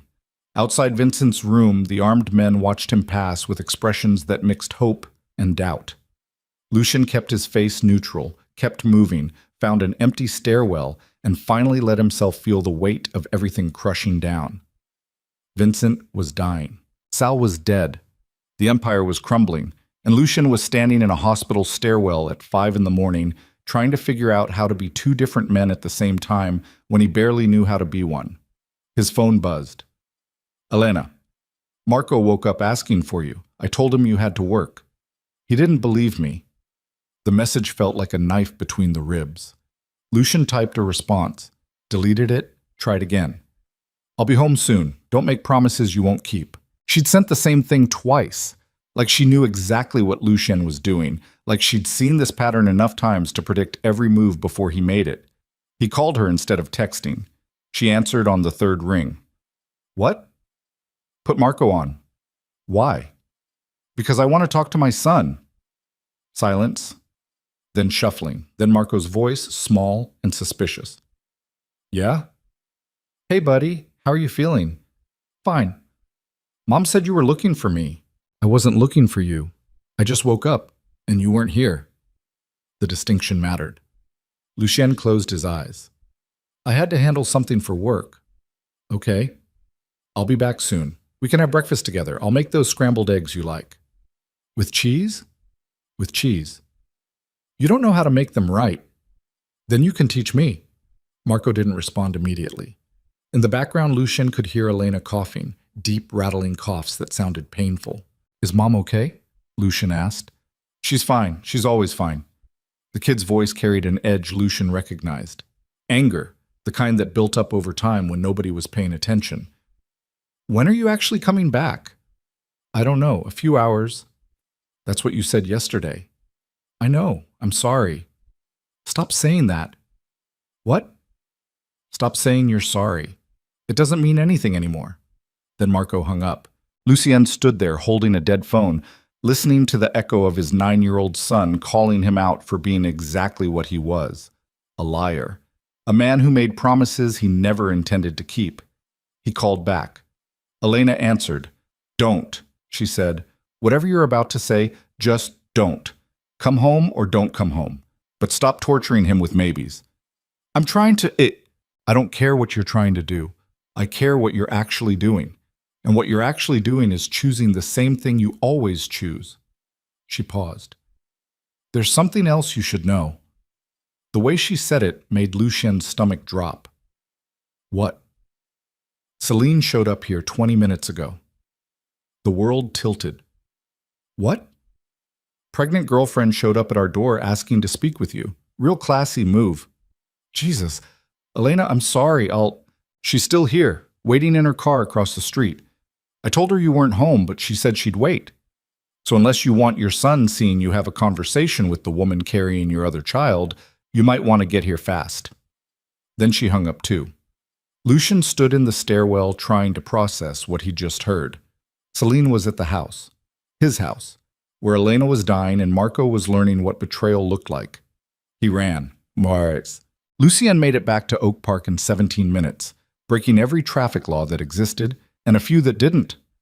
Selena's Mercedes sat across the street exactly where Elena said it would be. Engine running, waiting. Lucien parked in the driveway and walked toward her car before he could think better of it. She saw him coming and rolled down the window. She looked terrible. No makeup, hair pulled back, eyes red from crying or lack of sleep. You weren't supposed to come here, Lucien said. You weren't answering your phone. Because I didn't want to talk to you. Too bad. We need to talk anyway. She gestured at the passenger seat. Get in. No. Lucien, I'm not getting in your car. If you want to talk, talk. But make it fast because my wife and son are inside that house watching this conversation happen. Celine glanced toward the house. Sure enough, the living room curtain moved slightly. Someone was watching. Fine. She got out of the car, stood facing him on the sidewalk. I went to the doctor yesterday. Got an ultrasound. Lucien's pulse spiked. And I'm definitely pregnant. 8 weeks, due in November. She pulled something from her purse, an ultrasound photo. Black and white. The kind that looked like abstract art unless you knew what you were looking at. That's your baby, Lucien. Our baby. He took the photo with hands that had started shaking, stared at it, a tiny blob that would become a person. Another child. Another life he'd be responsible for failing. What do you want? He asked quietly. I want to know if you're going to be part of this or not. I told you I needed time to think. It's been 3 days. How much time do you need? More than 3 days. Celine laughed bitterly. You know what's funny? When we started this, you told me Elena didn't understand you. You said she made you feel trapped. You said being with me made you feel alive. She gestured at the house. But the second things got real, you ran right back to her. So who's really trapped, Lucien? This isn't about feeling trapped. Then what is it about? It's about... He stopped, trying to find words for something he barely understood himself. She's dying, Celine. My wife is dying, and I'm the reason she collapsed. I can't just walk away from that. Why not? You walked away from her for 6 months to be with me. What's different now? Everything is different now. Because she's sick? Because I finally see what I've been doing. The admission came out rough. I've been running from responsibility, from guilt, from being the kind of man who has to look at himself in the mirror and face what he's become. And you, he looked at her, you made that easy. You made it fun. But it wasn't real. This baby is real. Celine pressed the ultrasound photo against his chest. This is as real as it gets. I know. So what are you going to do about it? Lucien looked at the photo, looked at the house, looked at Celine standing there waiting for an answer he didn't have. I don't know, he said finally. I honestly don't know. That's not good enough. It's all I have right now. Celine's expression hardened. Fine. Then let me make it simple for you. I'm keeping this baby, with or without you. But if you choose to be part of its life, you don't get to do it halfway. No weekend visits, no guilt checks. Either you're in completely or you're out completely. That's not fair. Life isn't fair. You taught me that. She got back in her car. You have until the end of the week. After that, I'm making decisions without you. And Lucien, if you choose her over me, if you choose that dead marriage over our future, I meant what I said. Everyone will know exactly who you are. She drove away, leaving Lucien standing on the sidewalk, holding an ultrasound photo of a child he hadn't decided if he wanted. The front door opened. Marco stood there in pajamas, staring at his father with an expression Lucien couldn't read. Who was that? The kid asked. Lucien shoved the photo in his pocket. Nobody. Mom says she's your girlfriend. The word from his son's mouth felt obscene. She's not. It's complicated. Is she the reason you sent Mom that message? Christ, how much had Elena told him? Marco, is she? Yes. The kid nodded like this confirmed something he'd already suspected. Are you leaving us for her? No, I'm not leaving. You keep saying that, but you keep disappearing. Fair. God, it was fair. Lucien walked toward the house. Marco didn't move from the doorway, forcing his father to stop at the bottom of the steps. I know I haven't been here, Lucien said. I know I've let you down, but I'm trying to be better. Trying isn't good enough. Then what is? Being here. Actually being here. Marco's voice cracked. Mom's dying and you're out there with some other woman who's having your baby, and I'm supposed to just pretend like everything's normal? So Elena had told him everything. Or the kid had heard them fighting. Either way, there were no more secrets left to hide behind. I screwed up, Lucien said. I screwed up in ways I can't fix. But I'm here now and I'm trying to... You're here because you feel guilty, not because you want to be. There's a difference. The observation came from someone far older than 9. Lucien wondered when his son had become wise enough to see through every excuse adults made. You're right, he said. I am here because I feel guilty. But that doesn't mean I don't also want to be here. Prove it. How? Stay. Marco's eyes were wet now. Just stay. For one whole day. Don't leave. Don't take calls. Don't disappear. Just be here like a normal dad. One whole day. Such a simple request. Such an impossible commitment. Lucien thought about Vincent dying in a hospital bed. Thought about the Volkovs circling. Thought about Marcus and the crew waiting for orders. Thought about an empire that would burn if he wasn't there to hold it together. Then he looked at his son standing in the doorway, with tears streaming down his face, asking for something as basic as presents, and finally understood what Elena had been trying to tell him. The empire was already burning. He'd just been too blind to see it. Okay, Lucien said. I'll stay. Marco didn't believe him. Lucien could see it in the kid's face. But he stepped aside anyway, let his father into the house, and closed the door against the cold morning air. The day passed in slow agony. Lucien turned off his phone at 7 in the morning and put it in a drawer. Spent the day trying to be present while every instinct screamed at him to check messages, make calls, solve problems. He made breakfast, burned the eggs, tried again. Marco taught him how to get the cheese melted properly. They ate together at the kitchen table while Elena watched from the couch, too tired to join them but present enough to witness. Afterward, Lucian helped Marco with homework. Math problems he barely understood. Reading comprehension about a book he'd never heard of. He felt useless, watching his son work through problems the kid already knew how to solve, realizing that Elena had been doing this alone for years. Around noon, Marco asked if they could shoot hoops in the driveway. The ball was flat. The net was torn. But they played anyway, and for 20 minutes Lucian forgot about Vincent and the Volkovs and Celine and ultrasounds and dying empires. For 20 minutes he was just a father playing basketball with his son. Then Elena started coughing again. Deep, rattling coughs that shook her whole body. Lucian rushed inside, found her doubled over on the couch, unable to breathe. Marco stood frozen in the doorway, terror written across his face. "Call 911, Lucian said. "What?" "Marco, call 911 right now." The kid ran for the phone. Lucian held Elena, feeling how fragile she'd become, how wrong it felt that a person could disappear while you were holding them. The ambulance arrived in 8 minutes. Paramedics swarmed the house, asking questions Lucian couldn't answer. When did the symptoms start? What medications was she taking? Had this happened before? He didn't know. He didn't know any of it, because he'd never been here to see. They loaded Elena onto a stretcher. She was conscious, but barely, her eyes finding Lucien's as they wheeled her toward the door. "Marco," she whispered. "He's okay. I've got him." "Don't!" She coughed, gasped. "Don't leave him alone." "I won't. I promise." Then they were gone, sirens fading into the distance, leaving Lucian standing in his living room with his son beside him and a promise hanging in the air like smoke. Marco grabbed his hand, small fingers gripping tight.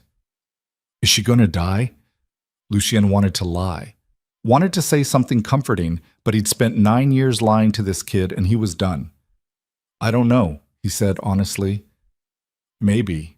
I don't want her to." "Me neither." They stood there holding hands in the wreckage of a normal day that had imploded, and Lucien felt something shift inside him, something fundamental, a decision being made without his permission by some part of him that was tired of running. His phone buzzed in the drawer where he'd hidden it. Once. Twice. 20 times. Then it started ringing, over and over, emergency pattern, the kind that meant the world was burning and someone needed the king to fix it. Lucien didn't move. Marco looked up at him. "Your phone." "I know." "Aren't you going to answer it?" Lucien squeezed his son's hand. "No." "What if it's important?" "You're more important." The kid's eyes widened slightly, like he'd heard the words but couldn't quite believe them. The phone kept ringing, and Lucien kept standing there, holding his son's hand, choosing for the first time in years to let something burn rather than abandoning the person right in front of him. Like, they drove to the hospital together. Same place as before. Same emergency room. Different crisis. Elena was stable by the time they arrived.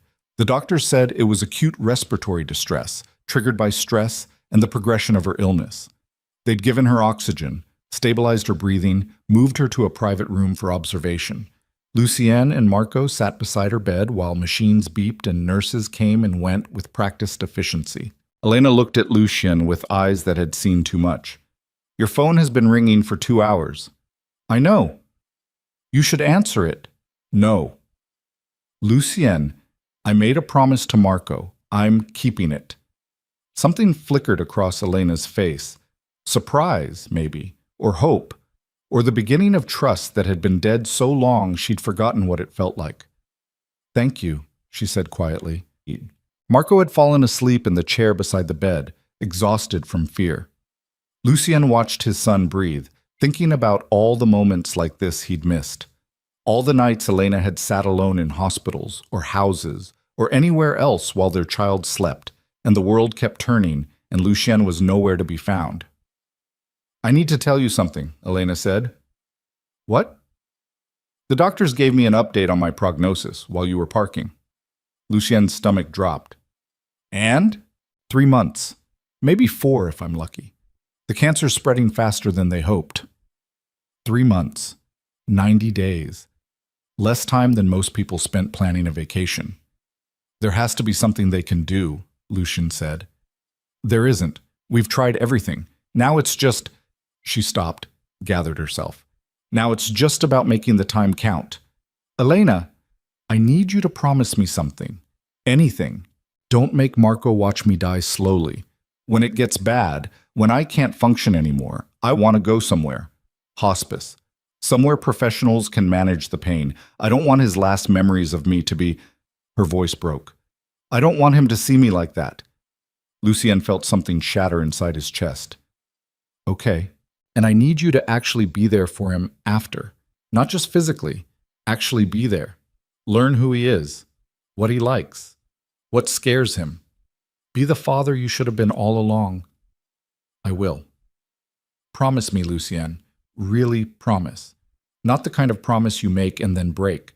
The kind you keep even when it's hard. I promise. Elena studied his face like she was trying to memorize it, or maybe just trying to decide if she believed him. Your phone is still ringing, she said. I don't care. You will. Eventually. That life doesn't just disappear because you want it to. Then I'll make it disappear. How? Good question. How did you erase 15 years of violence and blood money and loyalty built on fear? How did you walk away from an empire without it following you home? Lucian didn't have an answer. His phone finally stopped ringing around 9 that night. The silence felt ominous. Then it started again. Different number this time. Marcus's personal cell. Lucien ignored it. Text messages started coming through, one after another. Lucian pulled the phone from his pocket and looked. Marcus. Boss, we have a serious situation. Marcus. The Volkovs hit another location. 4 of our guys dead. Marcus. They're saying if you don't respond by midnight, they're coming for your family. Marcus. Lucien. Answer your fucking phone. The last message came with a photo. Lucien's blood turned to ice. It was his house. His actual house in Oak Park. The one with blue shutters and a cracked driveway. Someone had spray-painted words across the front door in red. We know where they sleep. Marco stirred in his chair, still asleep.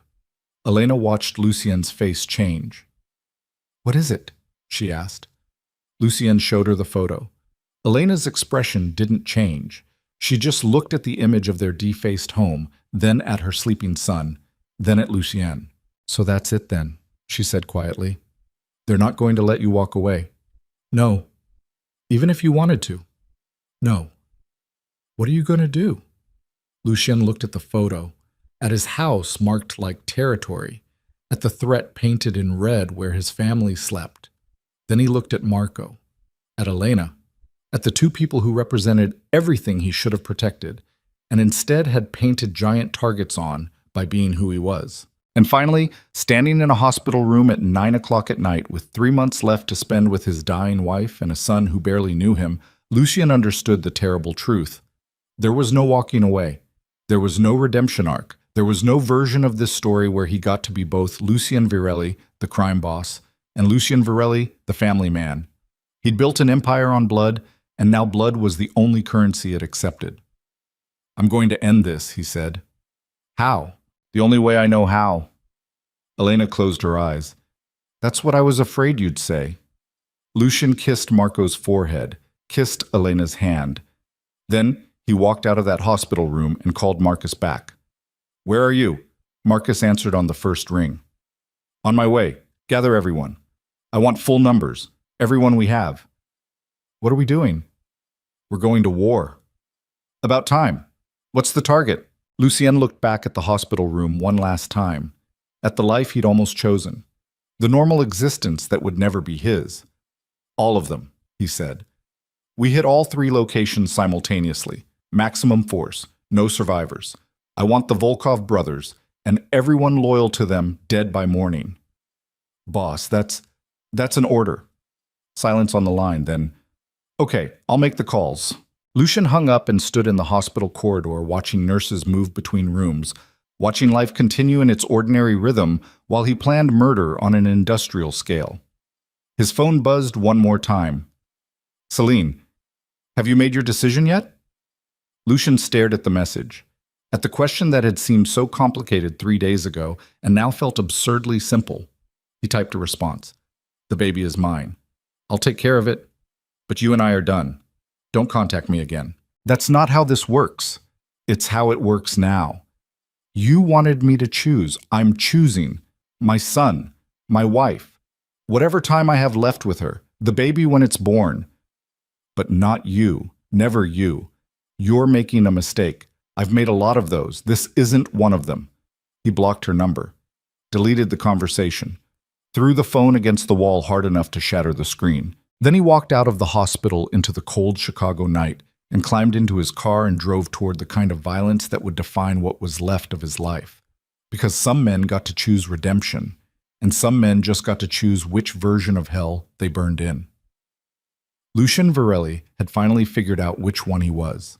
The warehouse on Ashland smelled like gun oil and desperation. Lucien arrived just past midnight to find 37 men waiting for him. Some he'd known for years. Some were new blood, young and hungry. The kind who'd heard stories about Lucian Varelli and wanted to prove themselves worthy of standing beside a legend. They stood in clusters under flickering industrial lights, cleaning weapons, checking ammunition, smoking cigarettes with hands that trembled slightly despite their attempts to look calm. Marcus met him at the door. His face was drawn, eyes bloodshot from lack of sleep and too much coffee. Behind him, Vincent's absence felt massive, the empty space where his second-in-command should have been standing. Everyone's here, Marcus said. We've got the layouts for all 3 locations, entry points mapped, escape routes planned. We're ready. Lucien looked past him at the assembled crew. Killers. Thieves. Men who'd chosen this life for 1,000 different reasons and now found themselves preparing to commit mass murder because their boss had painted a target on their backs by loving the wrong woman. No, that wasn't fair. The target had been there long before Celine, long before Elena got sick. The target appeared the moment Lucian decided power was worth more than peace. Where's the intel on the Volkovs themselves? Lucian asked. Marcus pulled up photos on his phone. 2 men, brothers. Dmitry and Alexei Volkov, late 30s, early 40s, hard faces that had seen violence since childhood. They'd come up through the Russian mob in Brighton Beach before migrating west, bringing old-world brutality to Chicago's already blood-soaked underworld. Dmitry was the strategist. Alexei was the muscle. Together, they'd carved out territory through calculated aggression and a willingness to cross lines other organizations considered sacred. Women, children, civilians. The Volkovs didn't discriminate when sending messages. They'll both be at the nightclub, Marcus said. It's their flagship.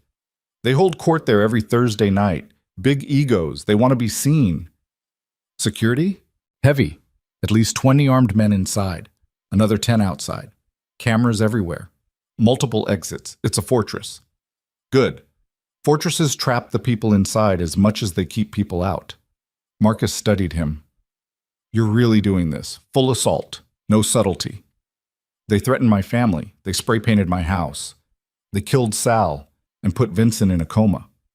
Lucian's voice came out cold, flat. Yeah, I'm really doing this. There's going to be collateral damage. Civilians, maybe cops.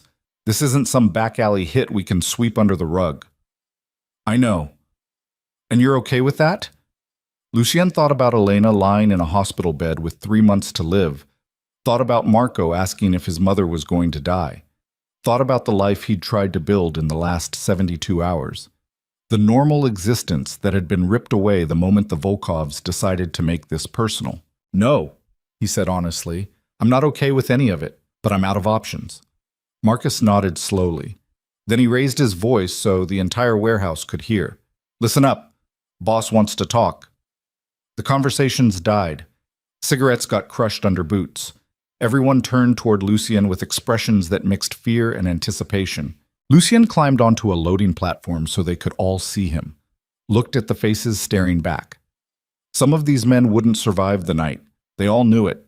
The question was whether they'd die for something that mattered or just because their boss's pride demanded blood.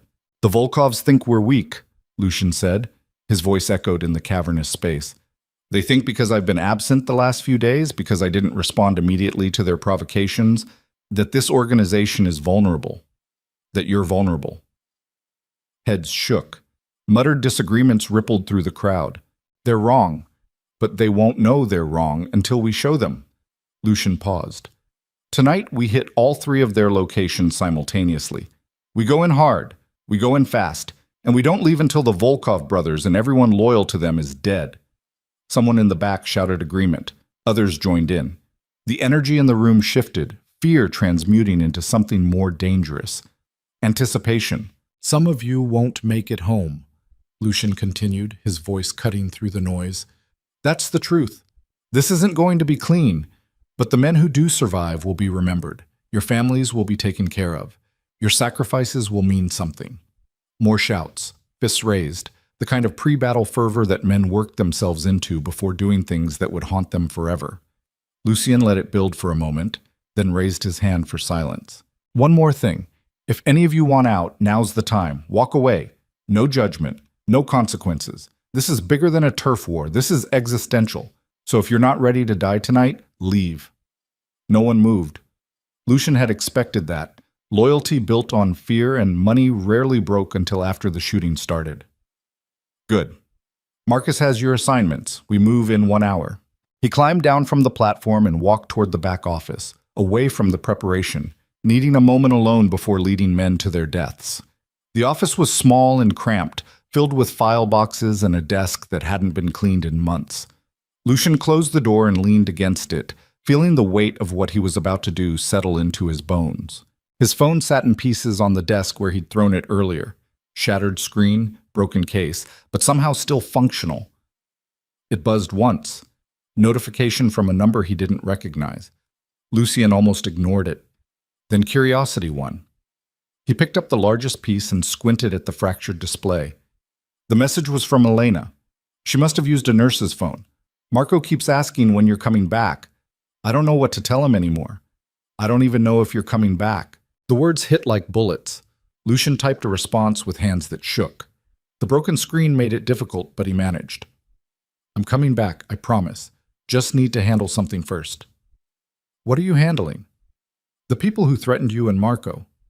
Long pause. Then, by handling you mean killing, not a question. Elena knew him too well. Yes. How many people are you about to kill tonight, Lucian? He didn't answer, couldn't answer, because the honest number would destroy whatever fragile trust they'd rebuilt in the last 3 days. That many. Elena's response came through after a full minute of silence. And you think that makes us safer? You think murdering your way through Chicago's underworld protects your son? It protects him from people who spray paint threats on our door. No. It creates more enemies. More people who want revenge. More targets on his back. You're not protecting him. You're guaranteeing he'll never be safe. Then what do you want me to do? Just let them come for us? Let them kill our son because I was too much of a coward to respond? I want you to walk away from all of it. Disappear. Take Marco somewhere far from Chicago and this life and let the empire burn without you. I can't. You mean you won't? Same thing. No, it's really not. Lucian stared at the broken screen, at his dying wife's words cutting through every excuse he'd built. If you do this tonight, Elena typed, if you go through with whatever you're planning, don't come back to the hospital. I don't want Marco seeing you covered in blood. I don't want him knowing what you are. What I am is trying to protect you. What you are is a killer. And killers don't get to pretend they're heroes just because they love their families. The message felt like a knife between the ribs. Lucian wanted to argue, wanted to explain that sometimes violence was the only language the world understood. But standing in a warehouse surrounded by armed men preparing for mass murder, he couldn't find words that didn't sound hollow. I love you, he typed. Both of you. Everything I'm doing is because I love you. The response took so long he thought maybe Elena had given up. Then finally, I know, that's what makes it so tragic. Then nothing. No more messages. Just silence. Lucien set down the phone and sat in the dark office listening to his crew prepare for war and wondering when love had become indistinguishable from destruction. Tick. They moved out at 1:30 in the morning.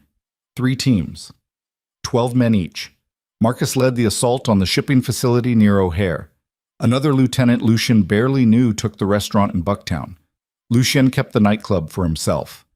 River North, heart of the Volkovs' operation, where the brothers would be holding court, surrounded by loyal soldiers and civilian shields they wouldn't hesitate to use. The drive took 20 minutes through empty streets slick with rain that had started falling again. Chicago at night looked like a different city, neon bleeding into puddles, steam rising from grates, homeless people huddled in doorways watching expensive cars pass without hope of intervention. Lucien rode in the lead vehicle with 5 men he'd personally selected. The best shooters, the most loyal, the ones who wouldn't hesitate when civilians started screaming. No one talked during the drive. They just checked weapons, adjusted body armor, and stared out windows at a city that would wake up tomorrow to news of a massacre. The nightclub appeared ahead. 3 stories of converted warehouse with the Volkovs logo, a wolf's head, illuminated in red neon above the entrance. Bass thumped from inside. People lined up on the sidewalk despite the late hour. Beautiful women in expensive dresses and men in suits that cost more than most people's monthly rent. The kind of crowd that wanted to be seen, that chased danger like a drug. They had no idea they were standing outside a war zone. 2 minutes, Lucien said quietly. His driver nodded, circling the block. The other vehicles did the same, approaching from different angles. Coordinated, professional, the kind of operation that took planning and discipline. Lucien's phone buzzed. Marcus. In position at the shipping facility. Waiting on your signal. Then the other team leader. Restaurant secured. Ready on your go. Lucien looked at the nightclub, at the people laughing outside, smoking cigarettes, flirting with strangers. Normal people living normal lives who'd picked the wrong night to chase excitement. Some of them would die in the next 10 minutes. That was the truth. Unavoidable. Lucien could warn them, could fire shots in the air and scatter the crowd. But that would alert the Volkovs, give them time to escape. Guarantee this would happen again tomorrow, or next week, or next month, until someone finally won. And Lucien was tired of fighting wars that never ended. Go, he said into the phone. Then all 3 teams moved simultaneously. The first shots came from the back entrance. Lucien's men breached the service door with a battering ram, pouring into the kitchen where staff scattered like startled birds, screaming, running. A chef grabbed a knife before thinking better of it and diving behind a counter. Lucien followed his team through the controlled chaos, his own weapon drawn but not firing. Not yet. The real targets were upstairs in the VIP section where the Volkovs held their court. Gunfire erupted from the main floor, the Volkovs' security responding. Muzzle flashes lit up the darkness like strobes. Music still pounded from the speakers, drowning out the screams until someone finally cut the power and everything went dark except for emergency lighting. Stairs! Lucien shouted over the noise. 2nd floor! Now! His team pushed forward. Bodies hit the ground. Some were Volkov men. Some might have been civilians. Lucien couldn't tell in the chaos and didn't let himself look too closely. They hit the stairs at a run. Bullets tore chunks from the wall beside Lucien's head. He fired back, saw someone fall, kept moving. His men poured up behind him, their boots thundering on metal steps. The 2nd floor opened into a long hallway with private rooms on either side. More gunfire. One of Lucien's men went down clutching his leg, screaming. Another stepped over him and kept advancing. Room at the end, someone shouted. That's where they keep the brothers. The door was reinforced steel, not getting through that with a battering ram. Lucien gestured to one of his men carrying explosives, shaped charge, designed to blow the lock without bringing down the whole building. They had maybe 30 seconds before the Volkovs either escaped through a back exit or rallied enough men to overwhelm the assault team. The explosive expert worked fast, hands steady despite bullets still flying in the hallway, set the charge, primed the detonator, looked at Lucien. Everyone back. They retreated around the corner. The explosion was compact but deafening. Lucien's ears rang. Smoke filled the corridor. Then his men were moving again, pouring through the destroyed doorway into whatever lay beyond. Lucien followed them into hell. The VIP room looked like a bunker. Reinforced walls. Security monitors showing every angle of the club. A wet bar along one wall. Expensive furniture. And in the center, behind an overturned table they were using as cover, The Volkov brothers. Dmitry and Alexei. Exactly like their photos, but somehow more dangerous in person. Both held automatic weapons. Both were firing with the kind of precision that came from years of experience. One of Lucien's men dropped immediately, shot through the throat.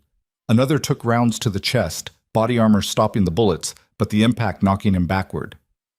"Spread out!" Lucien shouted. "Flanking positions!" His remaining men scattered, using furniture and walls for cover. The room erupted into a firefight at close range, the kind where luck mattered more than skill. Dimitri's voice cut through the chaos. Heavy accent, amused despite the circumstances. "Lucien Varelli finally comes out to play. You threatened my family," Lucien called back. "What did you think would happen?" "We thought you would come, like dog. Predictable." Dmitri laughed. "You bring what? 5 men? 6? We have 20 more downstairs. You are trapped." "Then I'm trapped with you." More gunfire. Glass exploded. Someone screamed. Lucien couldn't tell whose side the scream came from.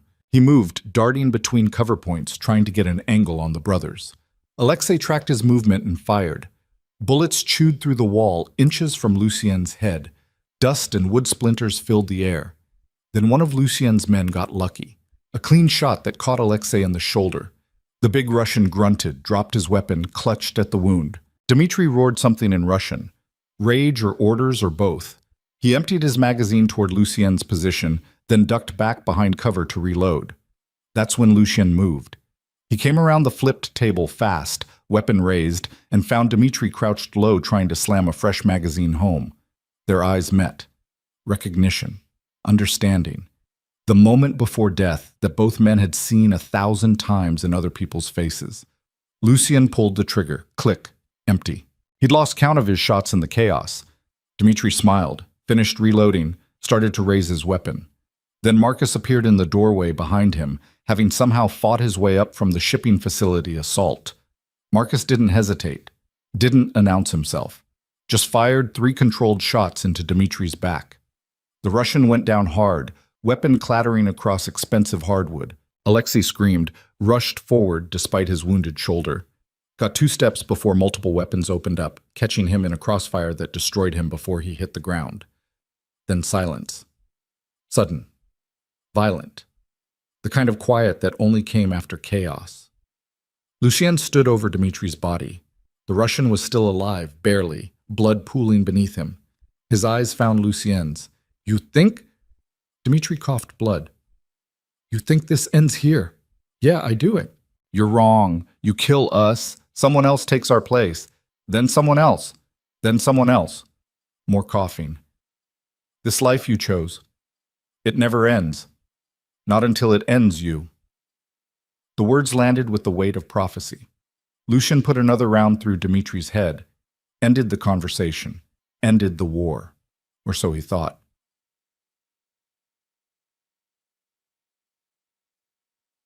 The problem with simultaneous assaults is they don't always go according to plan. Lucien learned this when his phone started blowing up during the drive back to the warehouse. Calls, texts, frantic messages from the team leaders he'd sent to the other 2 locations. The shipping facility operation had succeeded. Marcus and his men had eliminated the Volkov's presence there with minimal casualties. Clean, professional, exactly as planned. The restaurant was a different story. Cops showed up mid-assault, the team leader texted. Had to abort. 3 of our guys arrested, 2 wounded, target escaped. Lucien stared at the message, his blood running cold. "Stop the car." His driver pulled over. Rain hammered the windshield. The city lights blurred into abstract patterns. "What's wrong?" one of his men asked. Lucien called the team leader. The man answered on the first ring, breathing hard, background noise suggesting he was running. "What happened?" "I don't know, boss. We went in clean. 30 seconds later, cop cars everywhere, like they were waiting for us." "How many officers?" "At least a dozen. Full tactical response. Someone tipped them off." Someone tipped them off. The words echoed in Lucien's skull. Someone in his organization had betrayed him, sold him out to either the cops or to someone who wanted to see the operation fail. "Where are you now?" "Hiding. 3 blocks south. I can see the restaurant. Cops are still processing the scene. They got our guys in custody. Boss, they're gonna talk." You know they're going to talk. Lucian did know.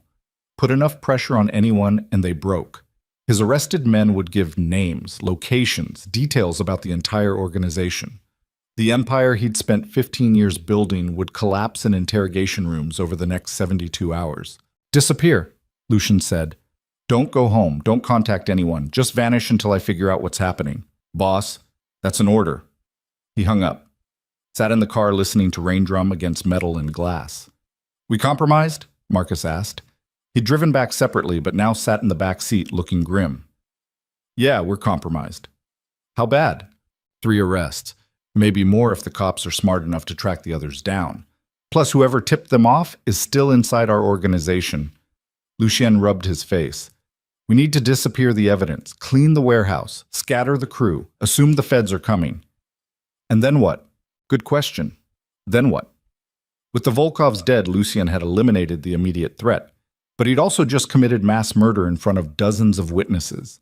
The cops had 3 of his men who would eventually talk, and somewhere in his organization, a traitor was feeding information to people who wanted him destroyed. The empire was burning exactly like Elena said it would. Then I go home, Lucien said quietly. Marcus stared at him. Home?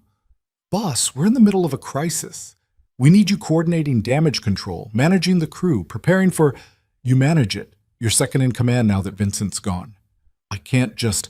You can, and you will. Lucien's voice came out harder than he intended. I'm done, Marcus, with all of it. The wars, the violence, the constant fighting to hold on to something that was never worth having in the first place. You're walking away after everything we just did? I'm walking away because of everything we just did. Marcus's expression shifted from confusion to something colder. Calculation, the look of a man realizing his boss might be broken beyond repair. What about the rest of us? Marcus asked. The guys who just risked their lives for you, the families of the men who died tonight? You're just going to abandon them? No. I'll make sure everyone's taken care of, money, lawyers, whatever they need, but I'm not leading anymore. This organization needs someone whose whole life isn't falling apart. Lucien, I have 3 months left with my wife before she dies. I have a son who barely knows me. He stopped. Thought about Celine and the ultrasound photo and the child that would be born into this mess. I have things I need to fix while I still can. Marcus leaned back, looked at Lucien like he was seeing him for the first time. You know this makes you look weak. I don't care. You should. Weakness in our world gets people killed. People got killed tonight because I was strong, because I responded to a threat with overwhelming violence like everyone expected. And you know what I have to show for it? 2 dead Russians and a bunch of witnesses who'll testify I ordered a massacre. We knew the risks. Maybe. But I'm tired of risking other people's lives for my pride. The car fell silent. Outside, the city continued its indifferent march toward morning. Soon, the sun would rise on a Chicago that would wake to news of gang violence, bodies, arrests, the kind of story that made headlines for a day before everyone moved on. But the people who died tonight wouldn't move on. Their families wouldn't move on, and Lucien would carry their ghosts for whatever time he had left. Drive me to the hospital, he told his driver. Which one? Mercy, where my wife is. Marcus grabbed his arm. You can't just leave. Not now. Not like this. Watch me. Lucien, I'm serious. You disappear right now. The whole organization fractures. We need leadership. You need someone who gives a damn about staying alive long enough to see tomorrow. Lucien pulled his arm free. That's not me anymore. Maybe it never was. He opened the car door. Rain soaked him immediately. Didn't matter. Nothing mattered except getting back to the hospital. Back to Elena. Back to Marco. Back to the people who'd loved him before he became a king. If you walk away now, Marcus called after him, I can't protect you. None of us can. You'll be on your own. Lucien stopped, turned back. I've been on my own this whole time. I just didn't realize it. Then he walked into the rain, leaving his crew and his empire and his identity behind. The hospital was quiet at 3 a.m. Lucien entered through the emergency room, dripping wet, probably looking like hell. The night nurse recognized him, same one from before, and her expression shifted from neutral to concerned. Mr. Varelli, Is everything okay? I need to see my wife, Elena Varelli, 4th floor. Visiting hours? I don't care about visiting hours. Something in his voice made her step back. Maybe she saw the violence still clinging to him. Maybe she just recognized a man who'd crossed some threshold and couldn't be reasoned with. 4th floor, she repeated quietly. Room 412. Lucian took the stairs 2 at a time. His legs burned. His lungs screamed. Adrenaline from the nightclub was fading, leaving behind exhaustion and something that felt like grief. He'd killed tonight, personally. Put bullets in men who'd probably had families of their own. Dmitri and Alexei might have been monsters, but monsters were still human, and Lucien had ended them without hesitation. Room 412 appeared ahead. The door was closed. Through the small window, Lucien could see Elena sleeping, machines breathing beside her in rhythm. Marco was curled in a chair beside the bed, using his jacket as a blanket. Lucien stood outside looking at them through glass. His family. The 2 people he'd spent years failing, and now here he was, covered in invisible blood, wanting to walk back into their lives like he hadn't just committed mass murder 3 miles away. He pushed open the door slowly, tried to be quiet. Failed. Marco woke immediately, his eyes finding Lucien in the doorway. The kid looked exhausted, scared, too young to be spending nights in hospitals watching his mother die. You came back, Marco said. Not a question. Not quite relief, just observation. I promised I would. You also promised you'd stay gone just a few hours. Fair. It had been almost 5 hours since Lucien left, 5 hours that felt like a lifetime. Elena stirred, opened her eyes, saw Lucien standing there, and something complicated crossed her face. Relief mixed with disappointment, mixed with resignation. It's done? She asked quietly. Lucien nodded. How many? I don't know. At least a dozen. Maybe more. Marco was watching this exchange, his young face trying to process what they were talking about, slowly understanding. His father had just killed people, multiple people, and his mother was asking about it like discussing the weather. You should go, Elena said. The police will be looking for you. Let them look. Lucien, I'm not running anymore. Not from them. Not from you. Not from any of it. He moved into the room, sat down on the edge of her bed. I know I screwed up. I know I can't fix what I've broken, but I have 3 months left with you, and I'm not wasting another second running towards something that never mattered. Elena studied his face, reached up with a hand that shook slightly, and touched his cheek. You're wet. It's raining. You should change clothes. You'll get sick. I don't care. I do. Such simple concern. After everything. After the betrayal and the lies and the violence, Elena still cared if he caught a cold. Lucien felt something crack inside his chest. Not break. Crack.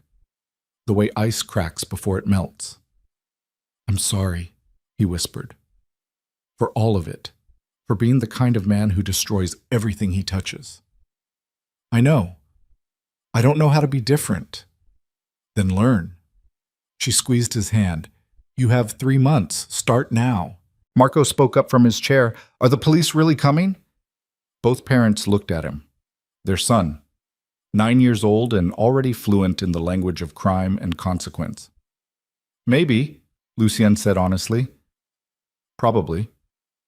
What happens if they catch you? I go to prison. For how long? A long time. Maybe forever. Marco processed this. Then, good. The word hit like a slap. Marco, Elena started. No. The kid stood up, his small fists clenched. He deserves it. He spent his whole life choosing everything else over us. Over you. And now Mom's dying and he thinks he can just come back and everything's okay because he says sorry. But it's not okay. None of this is okay. Lucien wanted to argue, wanted to defend himself, but every word Marco spoke was true. You're right, he said quietly. I do deserve it. Then why are you here? Why didn't you just let the police catch you somewhere else? Why come back and make us watch? Good question. Why had Lucien come back? Guilt? Love? Some desperate need for absolution he didn't deserve? Because I wanted to see your mother, he said. One more time before he stopped. Started over. I wanted to see both of you. We don't want to see you. Marco, that's enough, Elena said gently. It's not enough. It's not nearly enough. Tears were streaming down the kid's face now. I hate him. I hate what he is. I hate that he's my dad. I hate... His voice broke. I hate that I still wanted him to come back. The admission destroyed all three of them. Elena started crying. Marco collapsed back into his chair, sobbing, and Lucien sat there on the edge of the bed, realizing that some damage went too deep to ever fully heal. I don't know how to make this right, he said to both of them. I don't know what I'm supposed to do. You're supposed to be here, Elena said through tears. Not out killing people, not running your empire, just here, present, for whatever time we have left. And if the police come, then they come. But until they do, you're ours. Not the city's, not your organization's, ours. Lucien looked at his wife, dying. 3 months left, maybe less. Then he looked at his son, 9 years old, angry, hurt, justified in every accusation. These were his people, his actual family, and he'd spent 15 years treating them like obstacles to work around instead of the only things that mattered. Okay, he said, I'm yours. Outside, sirens wailed in the distance, getting closer. Chicago PD or ambulances or just the normal chaos of a city that never slept. Lucien didn't know which and tried not to care. He climbed onto the hospital bed beside Elena, careful not to disturb the IV lines and monitors. She shifted to make room, laying her head against his shoulder. Marco watched for a moment, then climbed up on the other side, small body pressed against his mother's. The three of them lay there in a too-small hospital bed, while machines beeped and rain hammered against windows, and somewhere in the city, the consequences of Lucien's choices were still unfolding. But for now, in this moment, he was exactly where he'd promised to be. Home. Finally, home. Even if it was 15 years too late and 3 months too short and surrounded by the ghosts of everyone he'd failed along the way. The sirens got louder. Then they passed, kept going. Not for him. Not yet. Lucien closed his eyes and let himself believe that maybe, just maybe, he'd get a few more hours before the world came for him. A few more hours to be a husband, a father, a man, before becoming a prisoner or a corpse, whichever came first. Morning came gray and unforgiving. Lucien woke to find Elena already awake, watching him with eyes that had seen too much and somehow still held tenderness. Marco had shifted in his sleep, small body pressed against his mother's side, one hand clutching the hospital blanket like a lifeline. What time is it? Lucien whispered. Almost 6. You slept for 2 hours. 2 hours. It felt like minutes, or years. Time had stopped making sense somewhere between killing the Volkov brothers and climbing into this hospital bed. You should have woken me. Why? So you could worry more? Elena's voice was soft but firm. You needed rest. Lucien sat up carefully, trying not to disturb Marco. His body ached from sleeping in an awkward position. His clothes were still damp from the rain, and underneath it all, exhaustion sat heavy in his bones like lead. The police didn't come, he said. Not yet. They will. Probably. Elena said it with such calm acceptance that Lucien wondered if she'd already made peace with what came next. Prison. Trials. His name dragged through newspapers while she fought cancer alone, and Marco grew up visiting his father through bulletproof glass. I'm sorry, he said for the 1000th time. I know. Stop apologizing and start being present. Present. Such a simple concept. Such an impossible ask for someone who'd spent 15 years existing everywhere except the places that mattered. A nurse entered to check Elena's vitals. Professional. Efficient. She barely glanced at Lucien and Marco crowded onto the bed. Either she didn't care or had seen enough strange family configurations to stop judging. How's the pain? The nurse asked Elena. Manageable. On a scale of 1 to 10? 7, maybe 8. The nurse made notes, adjusted the IV drip. I'll let the doctor know. He'll probably increase your medication. After she left, Lucien studied Elena's face. The tightness around her eyes, The way she held herself too still, like movement might shatter something fragile. "You're lying," he said, "about the pain. It's fine." "Elena, I said it's fine." Sharper now, then softer. "I don't want to spend whatever time we have left talking about my pain. There are more important things." "Like what?" "Like Marco, like what happens to him when I'm gone." The words hung in the air between them. "When I'm gone." Not if. When. The certainty of death had stopped being something to avoid acknowledging and become just another fact to plan around. Marco stirred, opened his eyes, saw his parents watching him. "What?" "Nothing, baby," Elena said. "Go back to sleep. I'm not tired anymore." The kid sat up, hair sticking in every direction, his face still puffy from crying last night. He looked at Lucien with an expression that mixed wariness and something else. Not quite forgiveness, but maybe the beginning of whatever came before forgiveness. "I'm hungry," Marco said.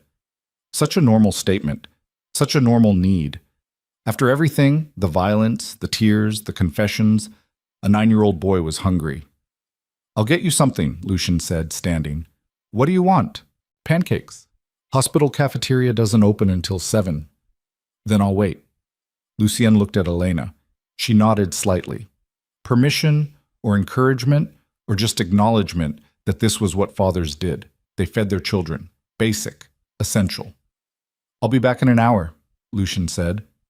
"With pancakes." He left before either of them could respond, stepping into the hospital corridor and immediately feeling exposed.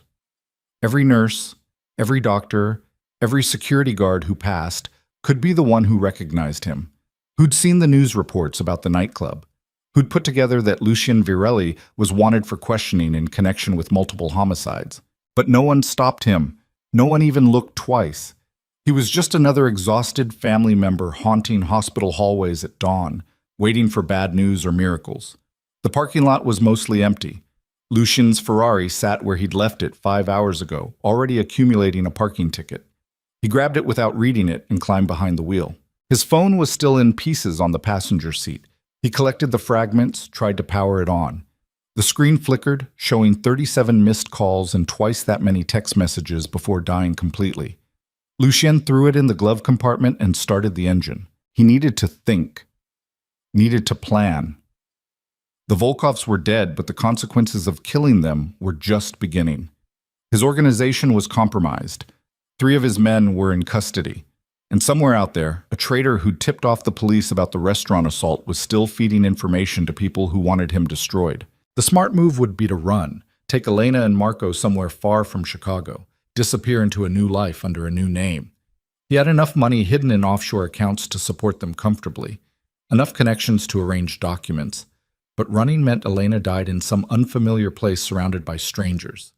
It meant Marco grew up disconnected from everything he knew. And it meant Lucien spent whatever time he had left looking over his shoulder, waiting for the past to catch up. No. Running wasn't the answer. So what was? Lucien drove through empty streets, watching Chicago wake up around him. Delivery trucks making early rounds, joggers braving the cold, coffee shops turning on their lights.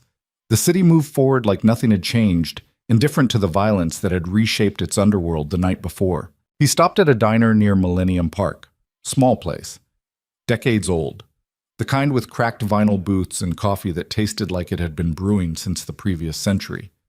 A waitress appeared immediately. Late 50s, kind eyes, the exhausted competence of someone who'd been working the morning shift for longer than Lucien had been alive. "What can I get you, honey?" "Coffee, black, and 3 orders of pancakes to go." "That all?" "Yeah." She studied him for a moment. "You okay?" The question surprised him. "Why?" "You look like you haven't slept in a week, and you're shaking." Lucien looked at his hands. She was right, trembling slightly, adrenaline crash mixing with exhaustion, and something that might have been the first stages of a breakdown. "I'm fine," he lied. "Uh-huh." The waitress didn't believe him but wrote down his order anyway. "Pancakes will be ready in 10 minutes. She walked away, leaving Lucien alone in a booth by the window. Outside, the sun was trying to break through clouds without much success. Rain had stopped, but everything still looked wet and gray. His reflection stared back at him from the window. Lucien barely recognized the man looking back, dark circles under his eyes, 2 days of stubble, lines in his face that hadn't been there a week ago. This was what rock bottom looked like. The waitress returned with coffee, set it down along with cream and sugar Lucien hadn't asked for. "On the house," she said. You look like you need it." "Thank you." "You got family in the hospital?" Lucien wondered how she knew, then realized he was still wearing yesterday's clothes, still damp from rain, sitting in a diner at 6:30 in the morning ordering takeout pancakes. Not hard to piece together. "My wife," he said. "She's sick." "I'm sorry." The waitress's expression softened with genuine sympathy. "How's she doing?" "Dying." The blunt honesty surprised both of them. Lucien hadn't meant to say it like that, but there it was, the truth stripped of euphemism or hope. "That's hard," the waitress said quietly. "Real hard. You holding up okay?" "No." "Yeah, most people don't." She paused. "You got kids?" "A son, 9 years old." "Then you got something to fight for. Hold on to that when everything else falls apart." She walked away before Lucien could respond, disappearing into the kitchen. He sat there drinking terrible coffee and thinking about her words. You got something to fight for. Did he? Or had he destroyed that too? His pancakes arrived in a paper bag still warm. Lucien paid cash, left a tip that was probably too large, and drove back toward the hospital. Halfway there, his broken phone somehow managed to ring. One last gasp of life before dying permanently. Lucien almost ignored it. Then curiosity won. He pulled over, dug the phone from the glove compartment, answered without checking who was calling. "Yeah." "Lucien." Marcus's voice, strained, urgent. "Where are you?" "Picking up breakfast. What's wrong?" "Everything's wrong. The feds raided the warehouse an hour ago, arrested 12 guys, seized weapons, money, records. They're tearing apart the entire organization." Lucien's stomach dropped. "How?" "The 3 guys the cops picked up at the restaurant last night. They talked, gave up everything, locations, names, operations. Boss, we're done. The empire's collapsing." The empire's collapsing. The words should have devastated him. Instead, Lucien felt something unexpected. Relief. "Let it collapse," he said quietly. Silence on the line. Then, "What?" "I said let it collapse. I'm done, Marcus. With all of it." "You can't just—" "Lucien, they're coming for you specifically. The guys we arrested are saying you ordered the nightclub assault. They're calling it a massacre. Premeditated murder. You're looking at life in prison if they catch you." "I know." "So what's the plan? Where are we meeting? How are we getting you out of the city?" "We're not. I'm staying. That's suicide." "Maybe. But it's my choice." More silence. When Marcus spoke again, his voice had gone cold. "After everything, after 15 years of building this together, you're just giving up." "I'm not giving up.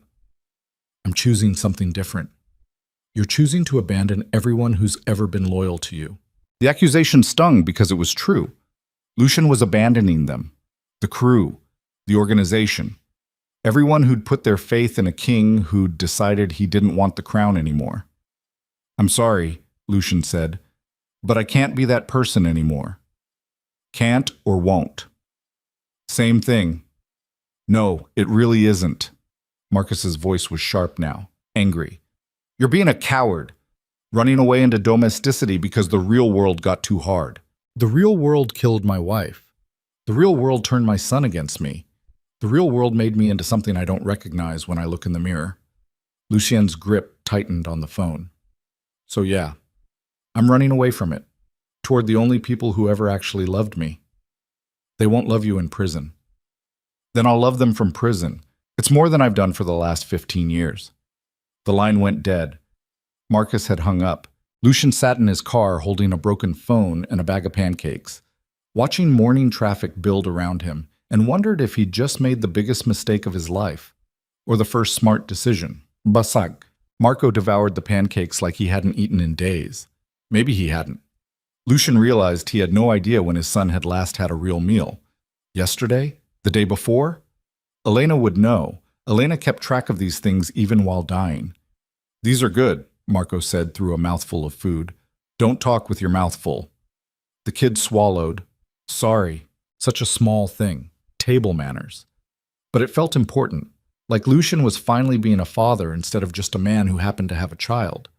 Elena picked at her pancakes without much enthusiasm. The medication was making her nauseous, she explained. Everything tasted like cardboard. But she ate a few bites anyway because Marco was watching and she wanted to show him she was trying.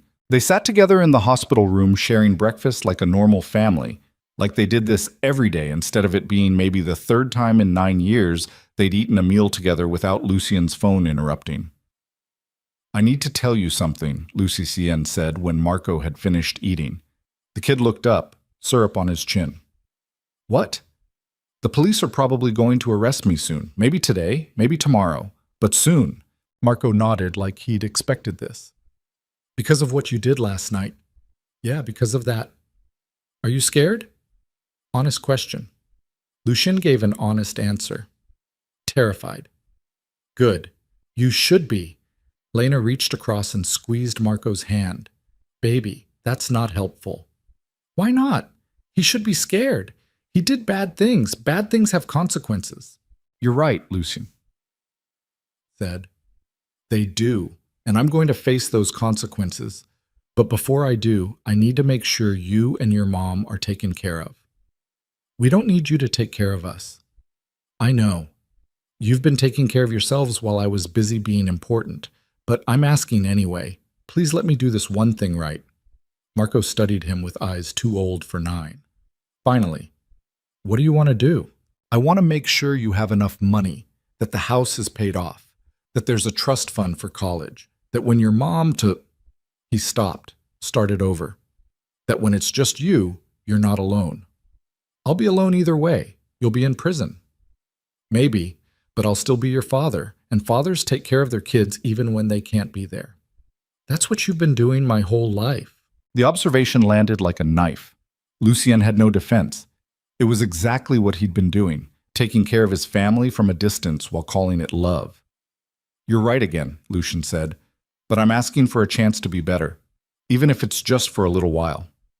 Marco looked at his mother. Elena nodded slightly. Permission or encouragement or just acknowledgement that sometimes you had to let people try, even when they'd already proven they'd fail. Okay, Marco said finally. But when you go to prison, I'm not visiting. I don't want to see you in there. The words cut deeper than any knife. But Lucien nodded. Okay. And you can't call me all the time trying to be my dad from jail. I don't want that. Okay. And when you get out, if you get out, you can't just show up expecting things to be normal. You have to earn it. I will. I promise. Marco held his gaze for a long moment. Then he stood up, walked over to where Lucien sat, and hugged him. Just hugged him. No words. Just a 9-year-old boy who was angry and hurt and terrified his father was going to disappear forever, trying to say goodbye in the only way he knew how.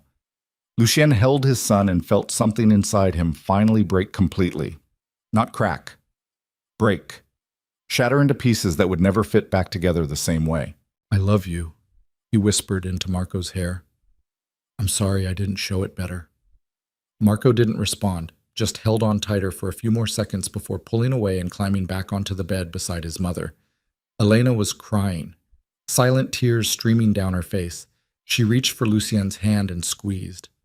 Thank you, she said quietly. For what? For being here.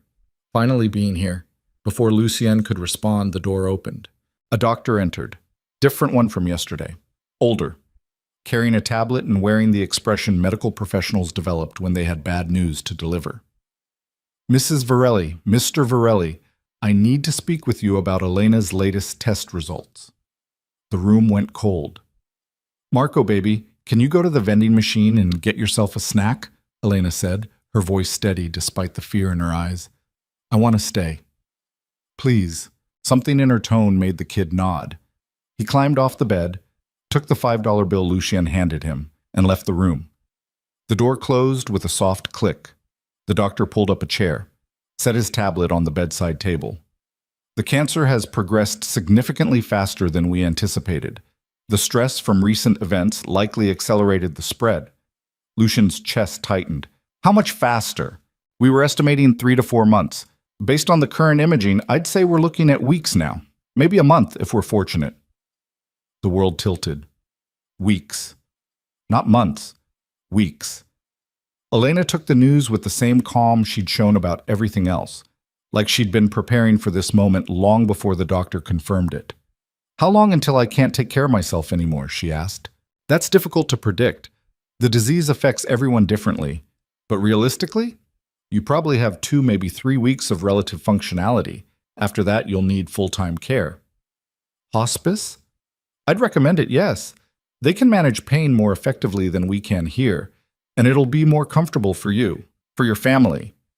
Elena nodded, absorbing information, planning, already 3 steps ahead the way she always was. Thank you, doctor, she said. Can you give us a few minutes? Of course. I'll have a nurse bring in some information about hospice facilities in the area. He stood, paused at the door. I'm very sorry. I wish I had better news. Then he was gone, leaving Lucien and Elena alone with the reality that had just cut their remaining time in half. Weeks, Lucien said. His voice came out hollow. We have weeks. I know. That's not enough. That's nowhere near enough. It's what we have. Elena said it with such finality that Lucien couldn't argue. She was right.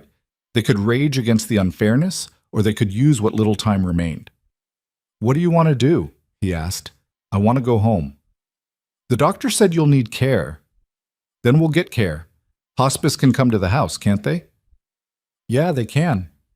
Good. I want to die in our bed, in our house, with my family around me, not in some sterile room surrounded by machines. Lucien thought about the house in Oak Park, blue shutters, cracked driveway, the bedroom they'd shared when they were young and hopeful and believed they could build something beautiful together. Okay, he said, we'll take you home. Today. Elena, you're not strong enough to… Today, Lucien, I don't have time to wait until I'm strong enough. I'll never be strong enough again. The truth of it silenced him. Marco returned carrying a candy bar and a soda. He looked between his parents, reading the tension in the room. What happened? We're going home, Elena said. All of us. Today. The kid's face lit up with something that might have been hope. Really? Really? For how long? Elena and Lucien exchanged a look, the kind of wordless communication that happened between people who'd known each other half their lives. For as long as we need to, Elena said carefully. It's time we all stopped running and just be together. Marco didn't fully understand what she meant. Lucien could see the confusion in his eyes. But the kid was smart enough to know when not to push for details. Can we watch movies? Marco asked. Like a real family? Yeah, baby. We can watch movies. And play board games? If you want. And Dad stays? He doesn't leave for work? Elena looked at Lucien. The question hung in the air between them. Could Lucien stay? Could he resist the pull of his crumbling empire long enough to be present for his dying wife and frightened son? I stay, Lucien said. No matter what. Even when the police come. Even when everything falls apart. I stay. Marco studied him like he was trying to determine if his father was lying. Finally, he nodded. Okay, then let's go home. They discharged Elena against medical advice. The doctor argued. The nurses warned about complications. But Elena was adamant, and Lucien signed whatever papers they needed to make it official. By noon, they were loaded into Lucien's Ferrari. Elena in the passenger seat reclined as far back as it would go. Marco in the tiny back seat surrounded by bags of medication and hospital discharge instructions. The drive to Oak Park took 40 minutes through midday traffic. Elena slept most of the way, exhausted from the effort of getting dressed and moving from bed to wheelchair to car. Marco stared out the window watching the city pass, his hand resting on his mother's shoulder like he was afraid she might disappear if he stopped touching her. Lucien drove carefully, taking corners slow, avoiding potholes. Every bump made Elena wince even in her sleep. By the time they pulled into the driveway, his hands ached from gripping the steering wheel so tightly. The house looked exactly like he'd left it 36 hours ago. Same blue shutters, same crack in the driveway, same basketball hoop with the fraying net. Except now the front door still had red spray paint across it. We know where they sleep. Marco saw it first. What's that? Lucien had hoped to clean it off before they got home. Too late now. Nothing, just vandalism. I'll take care of it. Is it from the people you killed last night? Jesus. The kid didn't hold back. No, they're dead. This was from before. Are more people coming? I don't know, maybe. What if they hurt Mom? They won't. I won't let them. Marco looked at him like he was trying to decide if his father was capable of protecting anyone. Lucien wasn't sure himself, but he'd die trying. That much he knew. They got Elena inside and settled on the couch. She was too weak to climb stairs, so the master bedroom was out of question for now. Marco brought down blankets and pillows, transforming the living room into a makeshift hospice. This okay? Lucien asked. Elena looked around at her house. Her home. The place she'd lived for 9 years, mostly alone while her husband built kingdoms. It's perfect, she said. The rest of the afternoon passed in strange domesticity. Lucien called a service to come clean the spray paint off the door. Made phone calls arranging hospice care to start the next day. Set up Elena's medications according to the complicated schedule the hospital had provided. Marco stayed close to his mother, reading to her from a book about dragons when she was awake, just sitting beside her when she slept. Around 5, Lucien's broken phone managed one final miracle. It rang. He almost didn't answer, but the number showed it was from Vincent's phone. Vincent, who'd been in a coma since the shooting, who might be dead by now for all Lucien knew. Hello? Lucien? Vincent's voice, weak, rough, but definitely alive. Vincent, Jesus, you're awake. Barely. Feels like someone drove a truck over my chest, multiple times. You got shot, 4 times. We thought, I know what you thought. Doctors told me, said I was lucky. Don't feel very lucky right now. Lucien stepped outside onto the porch, away from where Marco might hear. What happened? Are you still in the hospital? For now. They want to keep me another week for observation. But I'll live. Unlike Sal. Unlike the Volkovs. A pause. Marcus told me what you did, and what you're planning to do. What am I planning to do? Walk away. Let the organization collapse. Face whatever consequences come without fighting. Marcus talks too much. Marcus is trying to hold together what's left of our empire while you play house with your dying wife. The words hit hard, intentionally hard. Vincent had never been one to soften blows. She has weeks left, Lucien said quietly. Maybe a month. I'm not wasting that time rebuilding something that should have burned years ago. So you're just done? 15 years of work down the drain? It was already down the drain. I was just too proud to admit it. Vincent coughed. The sound came through the phone, wet and painful. When he spoke again, his voice was weaker.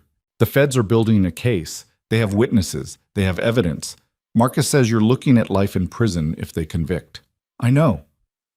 And you're okay with that? No. But I'm done running, done fighting, done destroying everything I touch trying to build something that never mattered. Silence on the line, just Vincent's labored breathing. I get it, he finally said. I don't agree with it, but I get it. Thank you. Don't thank me yet. I'm calling because there's something you need to know. What? The traitor, the one who tipped off the cops about the restaurant. We found him. Lucien's blood went cold. Who? Tommy Ricci, your driver, the kid you brought in last year from the Southside crew. Tommy, 23 years old, ambitious, eager to prove himself. Lucien had trusted him with sensitive operations, with transportation, with information. You're sure? Positive. Found text messages on a burner phone. He's been feeding information to the feds for 6 months in exchange for immunity. Boss, he knows everything. Locations, operations, names. He's the reason everything's falling apart. 6 months. Tommy had been betraying them for 6 months and nobody noticed. Where is he now? That's the thing. He disappeared. Went into protective custody after the restaurant raid. Feds have him somewhere safe while he prepares to testify. Against me. Against all of us. But yeah, mostly you. Lucien leaned against the porch railing, watching the sun sink toward the horizon. The sky had turned orange and purple, beautiful in the way endings sometimes were. Let him testify, Lucien said. I'm done fighting this. Boss, wah. I mean it, Vincent. I'm done. Let the feds build their case.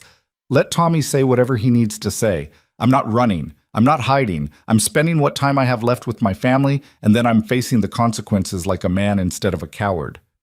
More silence. Then, you've changed. Yeah, I have. For better or worse? I don't know yet. Ask me in a month. You might not have a month.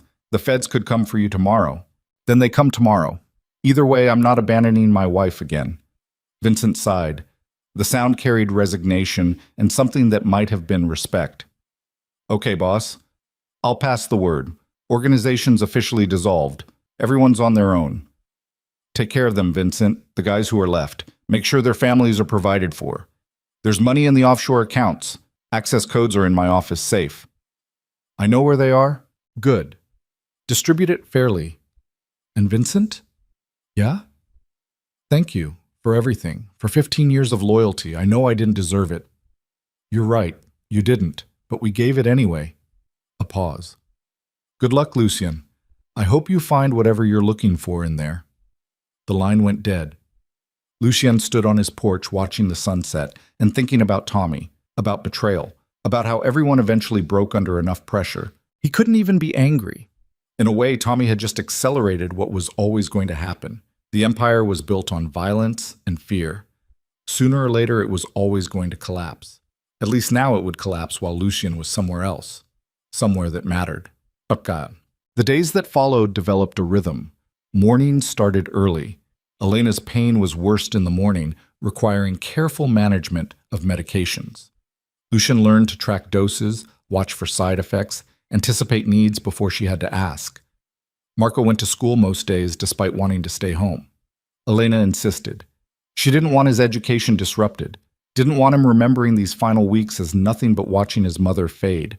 So Marco would leave reluctantly each morning, and Lucien would sit with Elena through the quiet hours. They talked. Really talked. For the first time in years. About their past. About the early days when they were young and broke and stupid in love. About the moment everything started changing.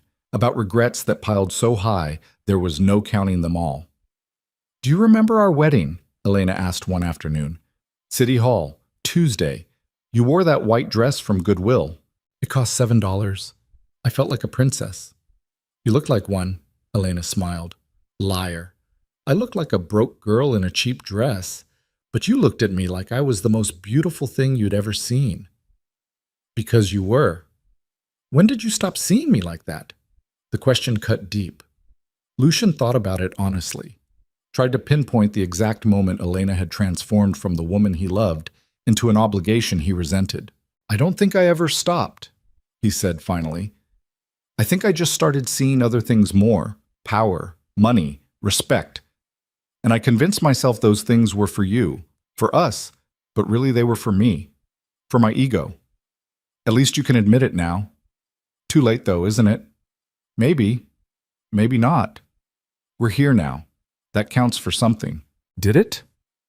Lucien wasn't sure. Being present after 15 years of absence felt like too little too late. But Elena seemed to think it mattered, so maybe it did. The hospice nurse came daily. A woman named Patricia. Late 40s, kind face. She'd seen this story 1,000 times before. Families cramming a lifetime of love into whatever days remained. She never judged, just showed Lucien how to manage the medications, how to help Elena stay comfortable, how to recognize when the end was approaching. You're doing good, Patricia told him after the first week. A lot of family members can't handle this, but you're present. That's what matters most. Present. That word again. The thing Lucien had failed at for so long, it had become his defining characteristic. The absent father. The distant husband. But not anymore. The police never came. Every day, Lucien expected sirens, expected federal agents to kick down the door with arrest warrants. But it never happened. He called Marcus once to ask why. Building a case takes time, Marcus explained. They want it airtight before they move, probably waiting for Tommy to finish his testimony. Could be weeks. Could be months. Or they're watching, waiting to see what I do next. Maybe. Does it matter? No, I'm not going anywhere. And he wasn't. Lucian stayed in that house in Oak Park, caring for his dying wife and trying to be a father to a son who was slowly learning to trust him again. Marco's nightmares stopped. Or maybe they just changed. One night, Lucian woke to find the kid standing in the doorway of his room. "Can't sleep?" Lucian asked. "I had a dream about Mom." "Bad dream?" "No, she was healthy, like before she got sick. We were at the zoo, all three of us. You were teaching me about the animals and Mom was laughing." Marco's voice cracked. It felt real. "Come here." Marco climbed onto the bed. Lucian put his arm around small shoulders that shook with silent crying. "I don't want her to die," Marco whispered. "I know, me neither." "Why did this happen?" "I don't know. Sometimes bad things just happen, and there's no reason." "That's not fair." "No, it's not." They sat together in the dark, father and son, sharing grief they couldn't fix but could at least face together. "Will you stay?" Marco asked.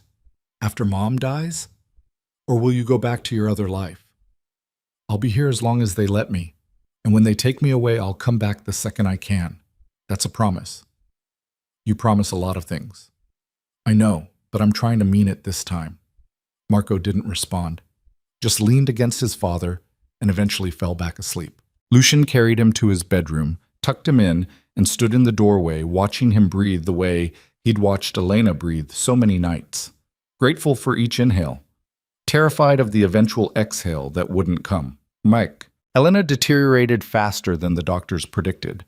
By the end of the third week, she couldn't walk without assistance.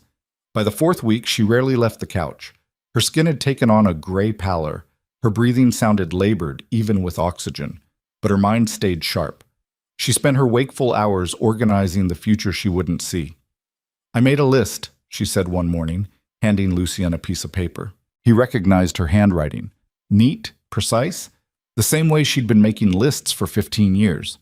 Grocery lists, chore lists, lists of things Lucian needed to fix but never did. This list was different, things Marco needs to know. "His grandfather's watch is in my jewelry box. Give it to him on his 18th birthday. The photo albums are in the attic. Show him who we were before everything got complicated. He's allergic to shellfish. Don't let him forget. He loves science. Encourage that. It makes him happy. He needs to know I didn't leave because I wanted to. I fought to stay as long as I could.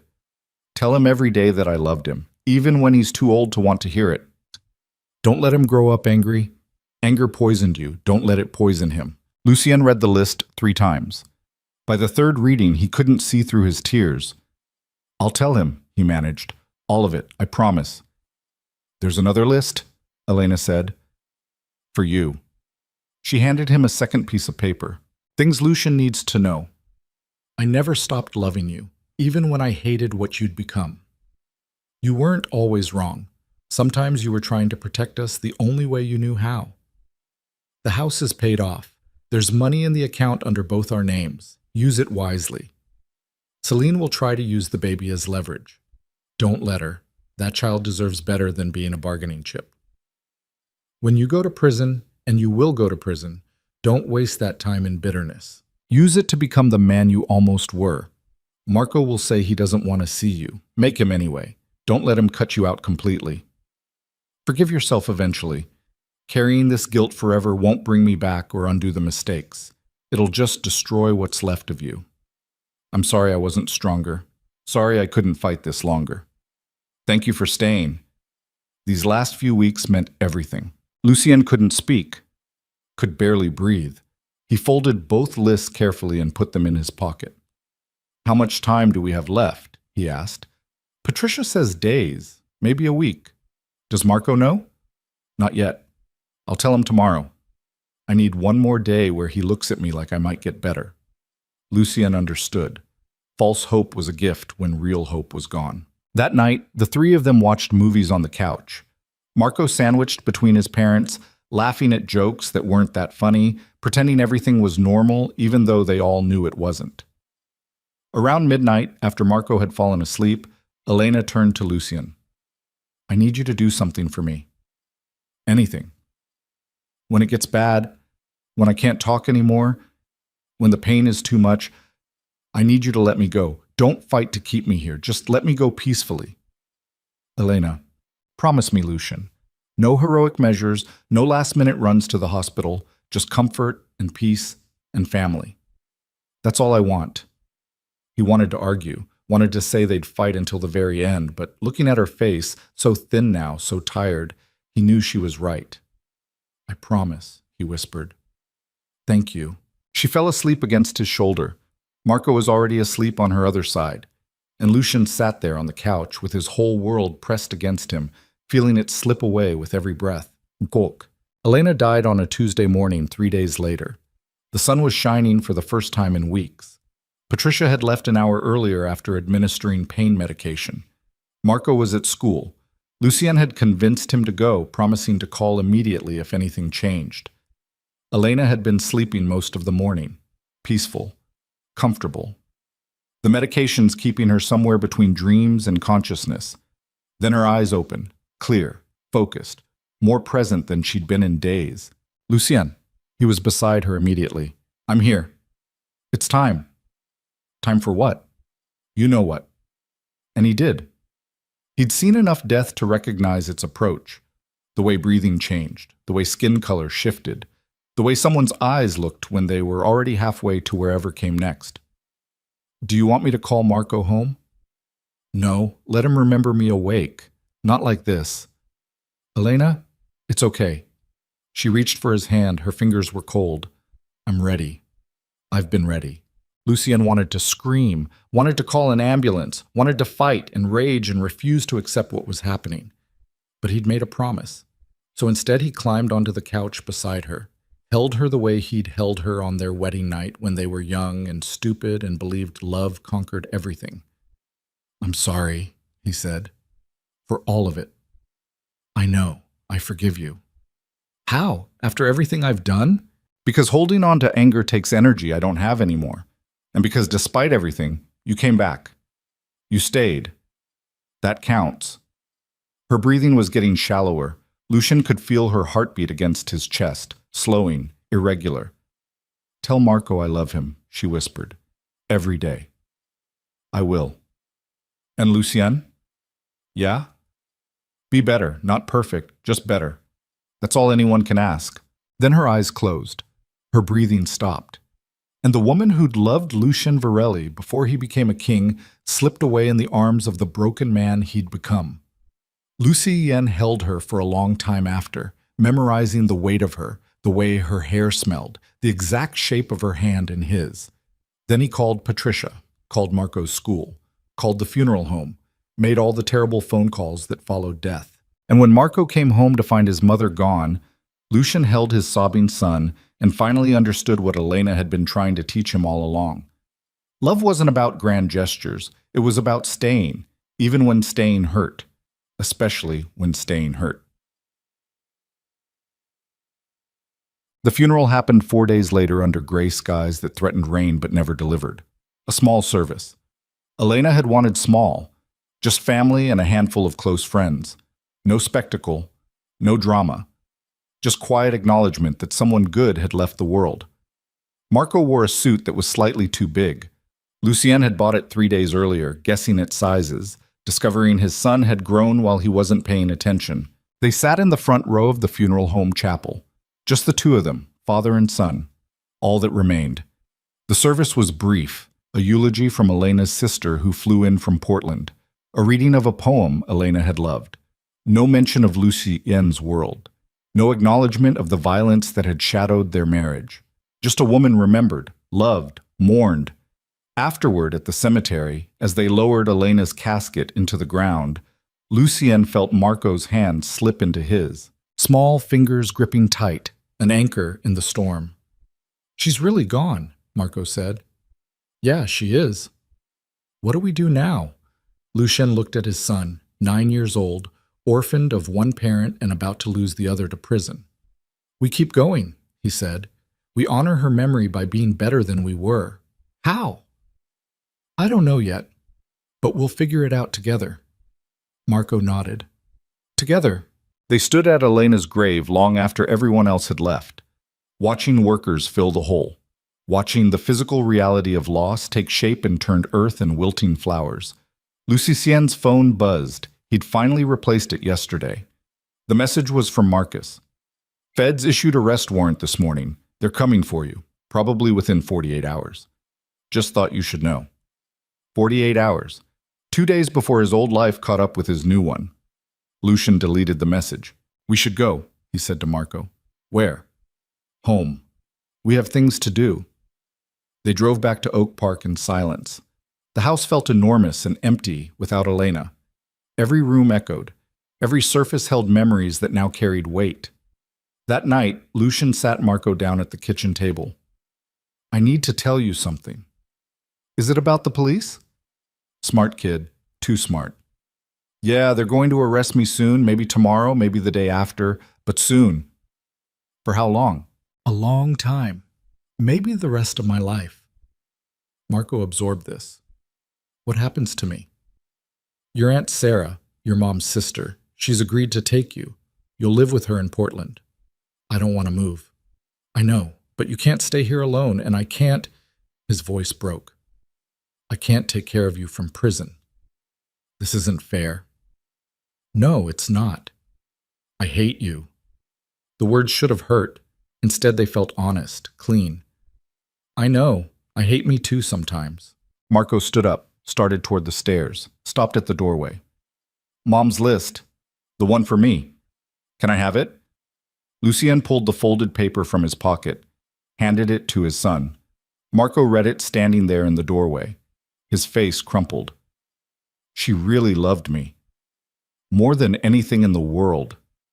Did you? Love me? Yes, I just didn't know how to show it. You could have just been here. That would have been enough. I know that now. Marco nodded, folded the list carefully. I'm going to bed. Marco. I'm going to bed. I don't want to talk anymore tonight. Then he was gone. Small footsteps on stairs. A door closing. Silence. Lucian sat at the kitchen table alone in the house he'd bought but never lived in, surrounded by the debris of a life spent chasing the wrong things. His phone rang. Unknown number. He almost didn't answer, but something made him pick up. Mr. Varelli? A woman's voice, professional. This is Agent Sarah Chen with the FBI. I'm calling to inform you that a federal warrant has been issued for your arrest on charges of racketeering, murder, and conspiracy. I'd like to arrange for you to surrender voluntarily tomorrow morning rather than forcing us to come to your residence. What time? 9 a.m., Federal Building downtown. Bring a lawyer if you have one. I don't. Then we'll arrange for a public defender. Mr. Varelli, if you don't show up, we will come for you. And given your history, that won't be pleasant. I'll be there. Silence on the line, like the agent had expected resistance. Thank you, she finally said. That makes this easier on everyone.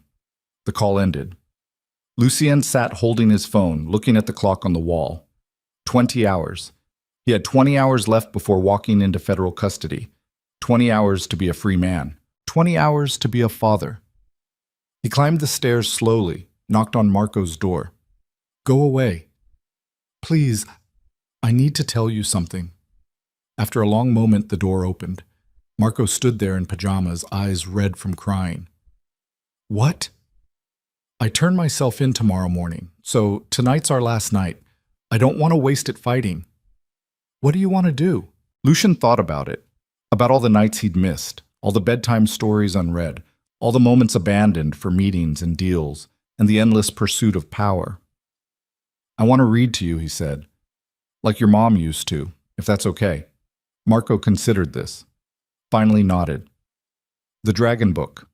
Mom was in the middle of chapter 7. They climbed onto Marco's bed together. Lucien opened the book to where Elena had left a bookmark.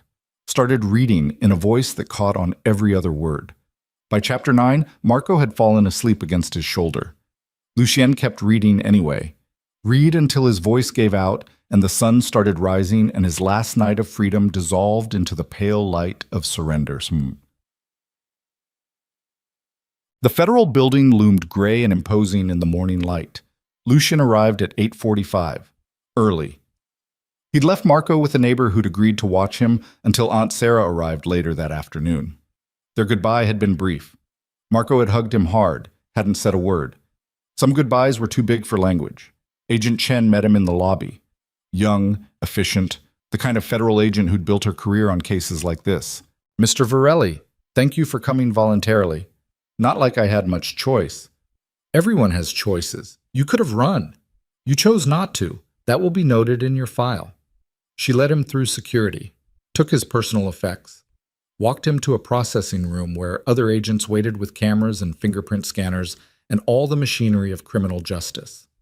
The process took 3 hours.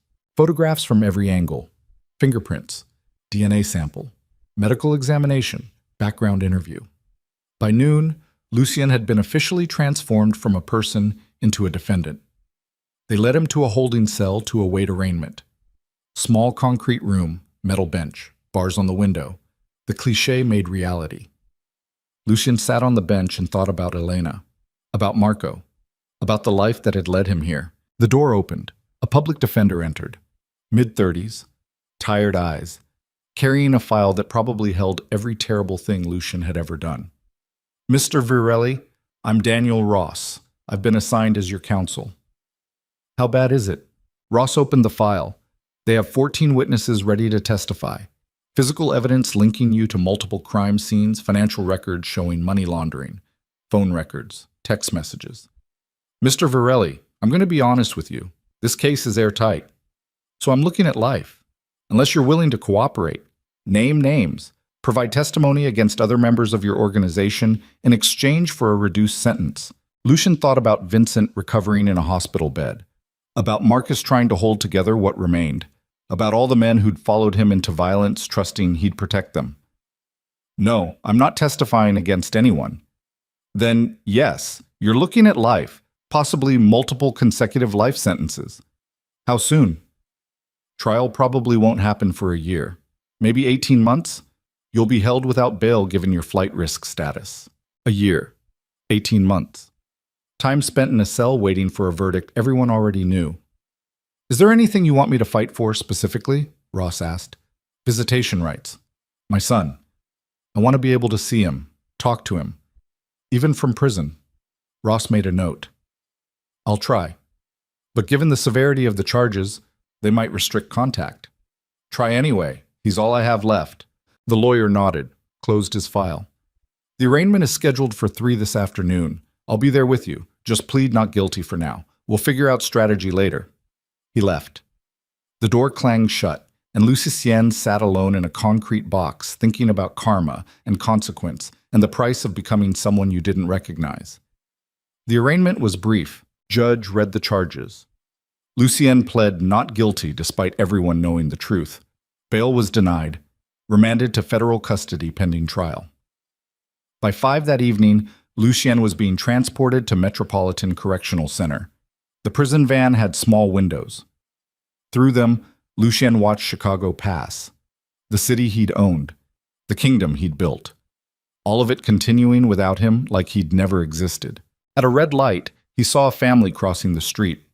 Father, mother, 2 kids, laughing about something, normal, happy. The kind of life Lucien could have had if he'd made different choices. The light changed. The van moved forward. The family disappeared. And Lucien understood finally, completely, what Elena had tried to tell him. Power meant nothing if you had no one to share it with. Kingdoms built on blood always collapsed eventually. And the only thing that mattered, the only thing that ever mattered, was love. Simple, fragile, human. The thing he'd destroyed chasing shadows.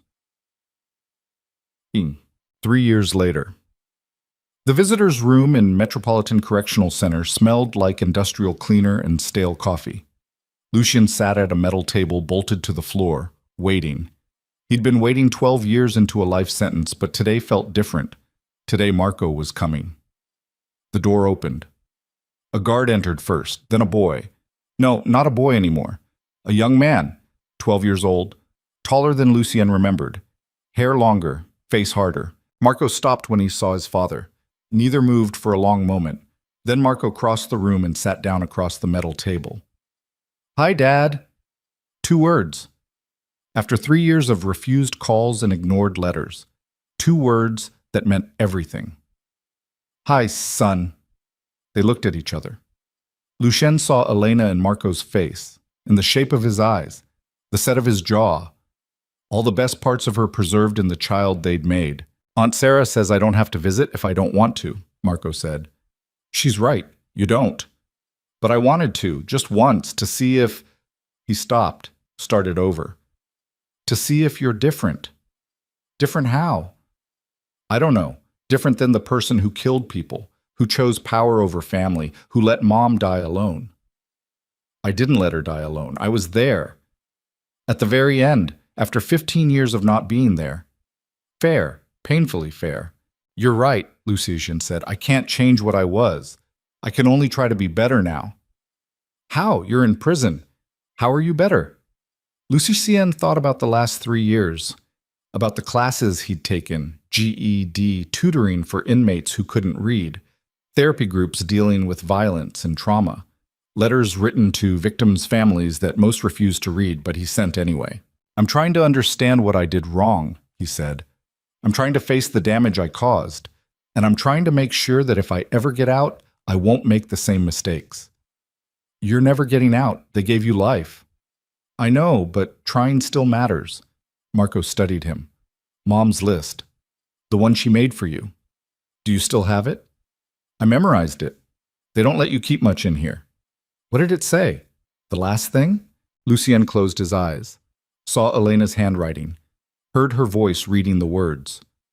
Forgive yourself eventually. Carrying this guilt forever won't bring me back or undo the mistakes. It'll just destroy what's left of you. Have you? Forgiven yourself? No, not yet, maybe not ever, but I'm trying to figure out how. Marco nodded slowly. I'm doing okay. In Portland, Aunt Sarah's nice, her husband's nice, they have a dog. I'm doing good in school. Your mom would be proud. I got into the science program at my school, top of my class. She'd be really proud of that. They fell into silence. Not uncomfortable. Just two people who'd lost each other trying to find their way back. I can't promise I'll visit again, Marco finally said. This is hard, seeing you here, knowing what you did. I understand, but maybe, someday, when I'm older, when I've figured out how to feel about all this, I'll be here, however long it takes. Marco stood. The visit was over. 30 minutes that felt like 30 seconds. At the door, he turned back. Dad? Yeah? I don't hate you anymore. I thought I should tell you that. I'm still angry, still hurt, but I don't hate you. The words cracked something in Lucien's chest. Thank you, he whispered. Then Marco was gone. Back to his life. Back to being 12 and normal and loved by people who knew how to show it. Lucien returned to his cell. 7 feet by 12 feet. Concrete. Metal bed. Small desk. Window too high to see anything but sky. This was his kingdom now. He sat at the desk and pulled out paper. Started writing, not to Marco, not to anyone specific, just writing, documenting, trying to make sense of how a mechanic from the South Side became a crime lord, became a prisoner, became a father too late to matter. The story poured out. Late nights in auto shops, meeting Elena, the slow climb to power, the violence, the mistakes. Celine in the pregnancy that never was. She'd miscarried 3 months after Elena died, called him once to tell him, never contacted him again. The Volkovs, the nightclub, the arrests. Elena dying in his arms. Marco's face as federal agents led his father away in handcuffs. 3 years of concrete and regret. Lucien wrote until his hand cramped, until dinner arrived through the slot in his door, until lights out forced him to stop. Then he lay in the dark thinking about Elena's last words. Be better. Not perfect. Just better. He'd spent 3 years trying to figure out what that meant, how to be better from inside a cage, how to make amends for damage that couldn't be undone. The answer, he was learning, was small things. Teaching other inmates to read, calling out violence before it escalated, writing letters that might never be answered, choosing every single day to be marginally better than the man he'd been. Not redemption. Lucien had passed the exit for redemption years ago.